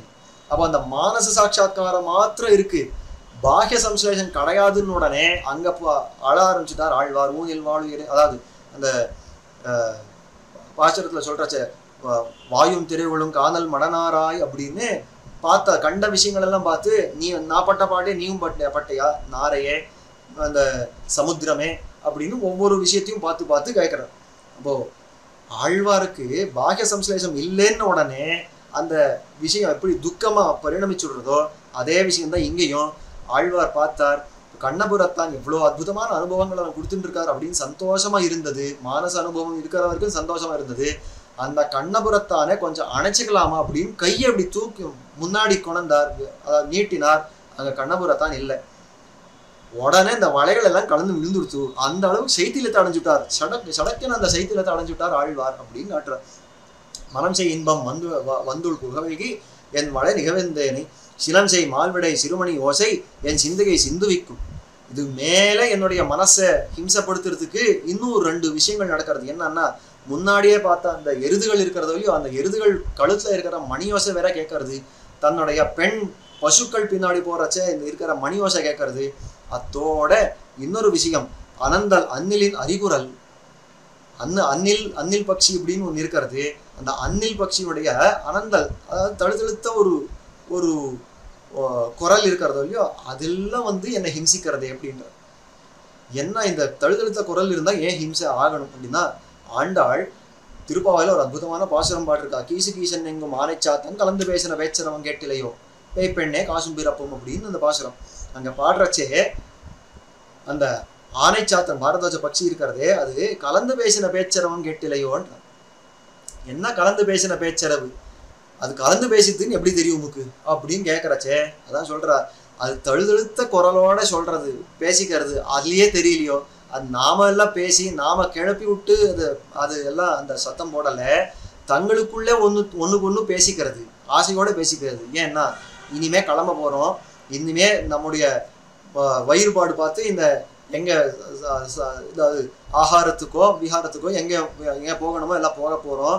நாள் முழுக்க உன்னை பார்க்க முடியாது, திரும்பி ராத்திரி தான் உன்னை பார்க்கணும். என்ன பண்ணுவேனோ அந்த அந்த தனிமையை எப்படி தாங்குவேனோன்னு ஒன்று தொழுதழுத்த குரல்ல பேசிக்கிறதா அந்த பட்சிகள். அந்த அந்த குரல் கேட்கலையான்னு கேட்கிறாளே, அந்த தழுதழுத்த குரல் தான் இங்க காட்டுறார். அனந்தல் அன்னிலின் அறிகுறல். அந்த பட்சிகளுக்கு அந்த துணை கிடைச்சுடுதே, எனக்கு எம்பெருமான் பக்கத்துல கிடைக்க மாட்டானே அப்படின்ற ஒரு துக்கம் பாவியன் ஆவியை அடுகின்றதே. இந்த பாவம் பண்ணின என்னுடைய பிராணனை இது ஹிம்சை. கடைசியாக சாத்து பாசுரத்தில் ஆழ்வார சாதிக்கிறார். வார்கோள் மென்மலை மடந்தையர் தடங்கடல் வண்ணனைத்தாள் நயந்து ஆர்வத்தால் அவர் புலம்பிய புலம்பலை அறிந்து முன் உரை செய்தார். கார்கோள் பைம்பொழில் மங்கையர் காவலன் கலிகண்ணி ஒலிவல்லார் ஏற்கோள் வைகுந்த மாநகர்ப்புக்கு இமயவரோடும் கூடுவரே அப்படின்னு இந்த பாசுரத்தில் சாதிக்கிறார். இல்லை ஆச்சரியமாக சொல்கிற ஒரு பலஸ்ருதி. ஆழ்வார் 9 பாசுரங்களில் தான் பட்ட அந்த துக்கங்களுக்கெல்லாம் ஒரு போக்கு வீடாக இந்த பாசுரங்கள் எல்லாம் பாடினாரே, அந்த பாசுரங்களை அபியாசம் பண்ணினால், அந்த பாசுரங்களை கற்று அதை சேவித்தால் சேவிக்கிறவாளுக்கு என்ன பலன் அப்படின்றது இங்கே காட்டுறார். இந்த முதல்ல ஆழ்வார் இந்த பாசுரங்களில் பாடினாரே, அது எப்படி பாடினார் அப்படின்னா, திருவாயர்பாடியில் அந்த கோபிகள் என்ன வியசனம் பட்டாலோ அதெல்லாம் தான் அனுகாரம் பண்ணி இங்கே காட்டுறார். ஆழ்வாருக்கும் அந்த வியசனம் ஏறிட்டது, அந்த வியசனத்தை தாம் இங்கே அனுகாரம் பண்ணி காட்டுறார் அப்படின்னு சொல்லி இந்த பாசுரத்தில் சொல்றச்ச, வார்கோள் மென்மலை மடந்தையர் தடங்கடல் வண்ண தாழ்நயந்து ஆர்வத்தால் அவர் புலம்பிய புலம்பல் அப்படின்னு காட்டுறார். அந்த கோபிகள் புலம்பிய புலம்பலை அறிந்து முன் உரை செய்தார். ஆழ்வார் தாம் அறிந்து அதை சாதித்த இந்த பாசுரங்களை கார்கோள் பைம்பொழில் மங்கையர் காவலன் கலிகன்னி ஒளிவல்லார். அந்த மங்கை நாடு எப்படி இருக்கிறது அப்படின்னாக்கா, பெரிய தொழில் சூழ்ச்சியோடு இருக்கிறது. அப்பேற்பட்ட அற்புதமான இந்த மேகங்கள் எப்போவுமே நிரம்பி இருக்கிற இந்த மங்கை தேசம் இருக்கிறது. அந்த தேசத்துக்கு காவலராக இருக்கிற இந்த கலியன் திருமங்கை ஆழ்வார் அவருடைய இந்த பாசுரங்களை எல்லார் ஏற்கோள் வைகுந்தமானவர் புக்கு இமையவரோடும் கூடுவரே அப்படின்றதுலாம் ரொம்ப ஆச்சரியமா சொல்றார். நான் தான் இந்த கஷ்டம் பட்டேன், விசனம் எல்லாம் பட்டேன், ஆனால் இந்த பாசுரத்தை சேவிக்கிறவாளுக்கு அந்த கஷ்டம் இருக்காது. அவ என்ன போல இங்க புலம்ப அவசியம் இல்லை. அவர்கள் ஸ்ரீவைகுண்டத்துல போய் அவர்கள் நித்திய கைங்கரியத்துல ஈடுபட்டிருக்கிறதுக்கு உண்டான அந்த பாசுரங்கள் ஹாவு ஹாவு ஹாவு ஹமன்னம் அஹமன்னம் அஹமன்னம்னு அந்த கோஷத்தை தாம் இட்டு காட்டுறார் அப்படின்றத இந்த பாசுரத்துல சொல்லி இந்த பதிகத்தை தலை கட்டுறார். இது மேல உண்டானது சம்ஸ்லேஷானந்தம். திருக்கண்ணபுரத்து எம்பெருமானோட சம்ஸ்லேஷித்த அந்த ஆனந்தத்தை அடுத்த பதிகத்துல சாதிக்கிறார். அந்த பதிகத்தை நாளைய தினம் பார்க்க பிராப்தம். இந்த அவகாசத்தை அடியனுக்கு தந்தருளின ஸ்ரீ ஜீயர் சுவாமியுடைய திருவடித்தாமர்களுக்கு பல்லாண்டு பாடி, இந்த எம்ஓ பார்த்தசாரதி ஐயங்கார் சேரிட்டிஸ் அந்த அறக்கட்டளை நிறுவனத்தினருக்கு பல்லாண்டு பாடி, கேட்ட பொறுமையோட கேட்ட தேவர்களுடைய திருவடிகளுக்கு பல்லாண்டு பாடி அமைகிறேன். ஸ்ரீமதே ரம்யஜாமாத்திரு முனீந்திராய் மகாத்மனே ஸ்ரீரங்கவாசினே பூஜா நித்யஸ்ரீ நித்யமங்கலம் சமிக்க பிரார்த்திக்கிறேன். பற்பமெனத்திகள் பைங்கழலும் தன் பல்லவமே விரலும், பற்பமெனத்திகள் பைங்கழலும் தன் பல்லவமே விரலும், பாவனமாகிய பைந்துவராடை பதிந்த மருங்கழகும், பாவனமாகிய பைந்துவராடை பதிந்த மருங்கழகும், முப்புரி நூலோடு முன்கையில் ஏந்திய முக்கோல் தன்னழகும், எப்பொழுதும் யதிராசன் வடிவழகு என் இதயத்துள்ளதால், இல்லை எனக்கெதிர் இல்லை எனக்கெதிர் இல்லை எனக்கெதிரே, இல்லை எனக்கெதிர் இல்லை எனக்கெதிர் இல்லை எனக்கெதிரே, இல்லை எனக்கெதிரே, இல்லை எனக்கெதிரே, இல்லை எனக்கெதிரே.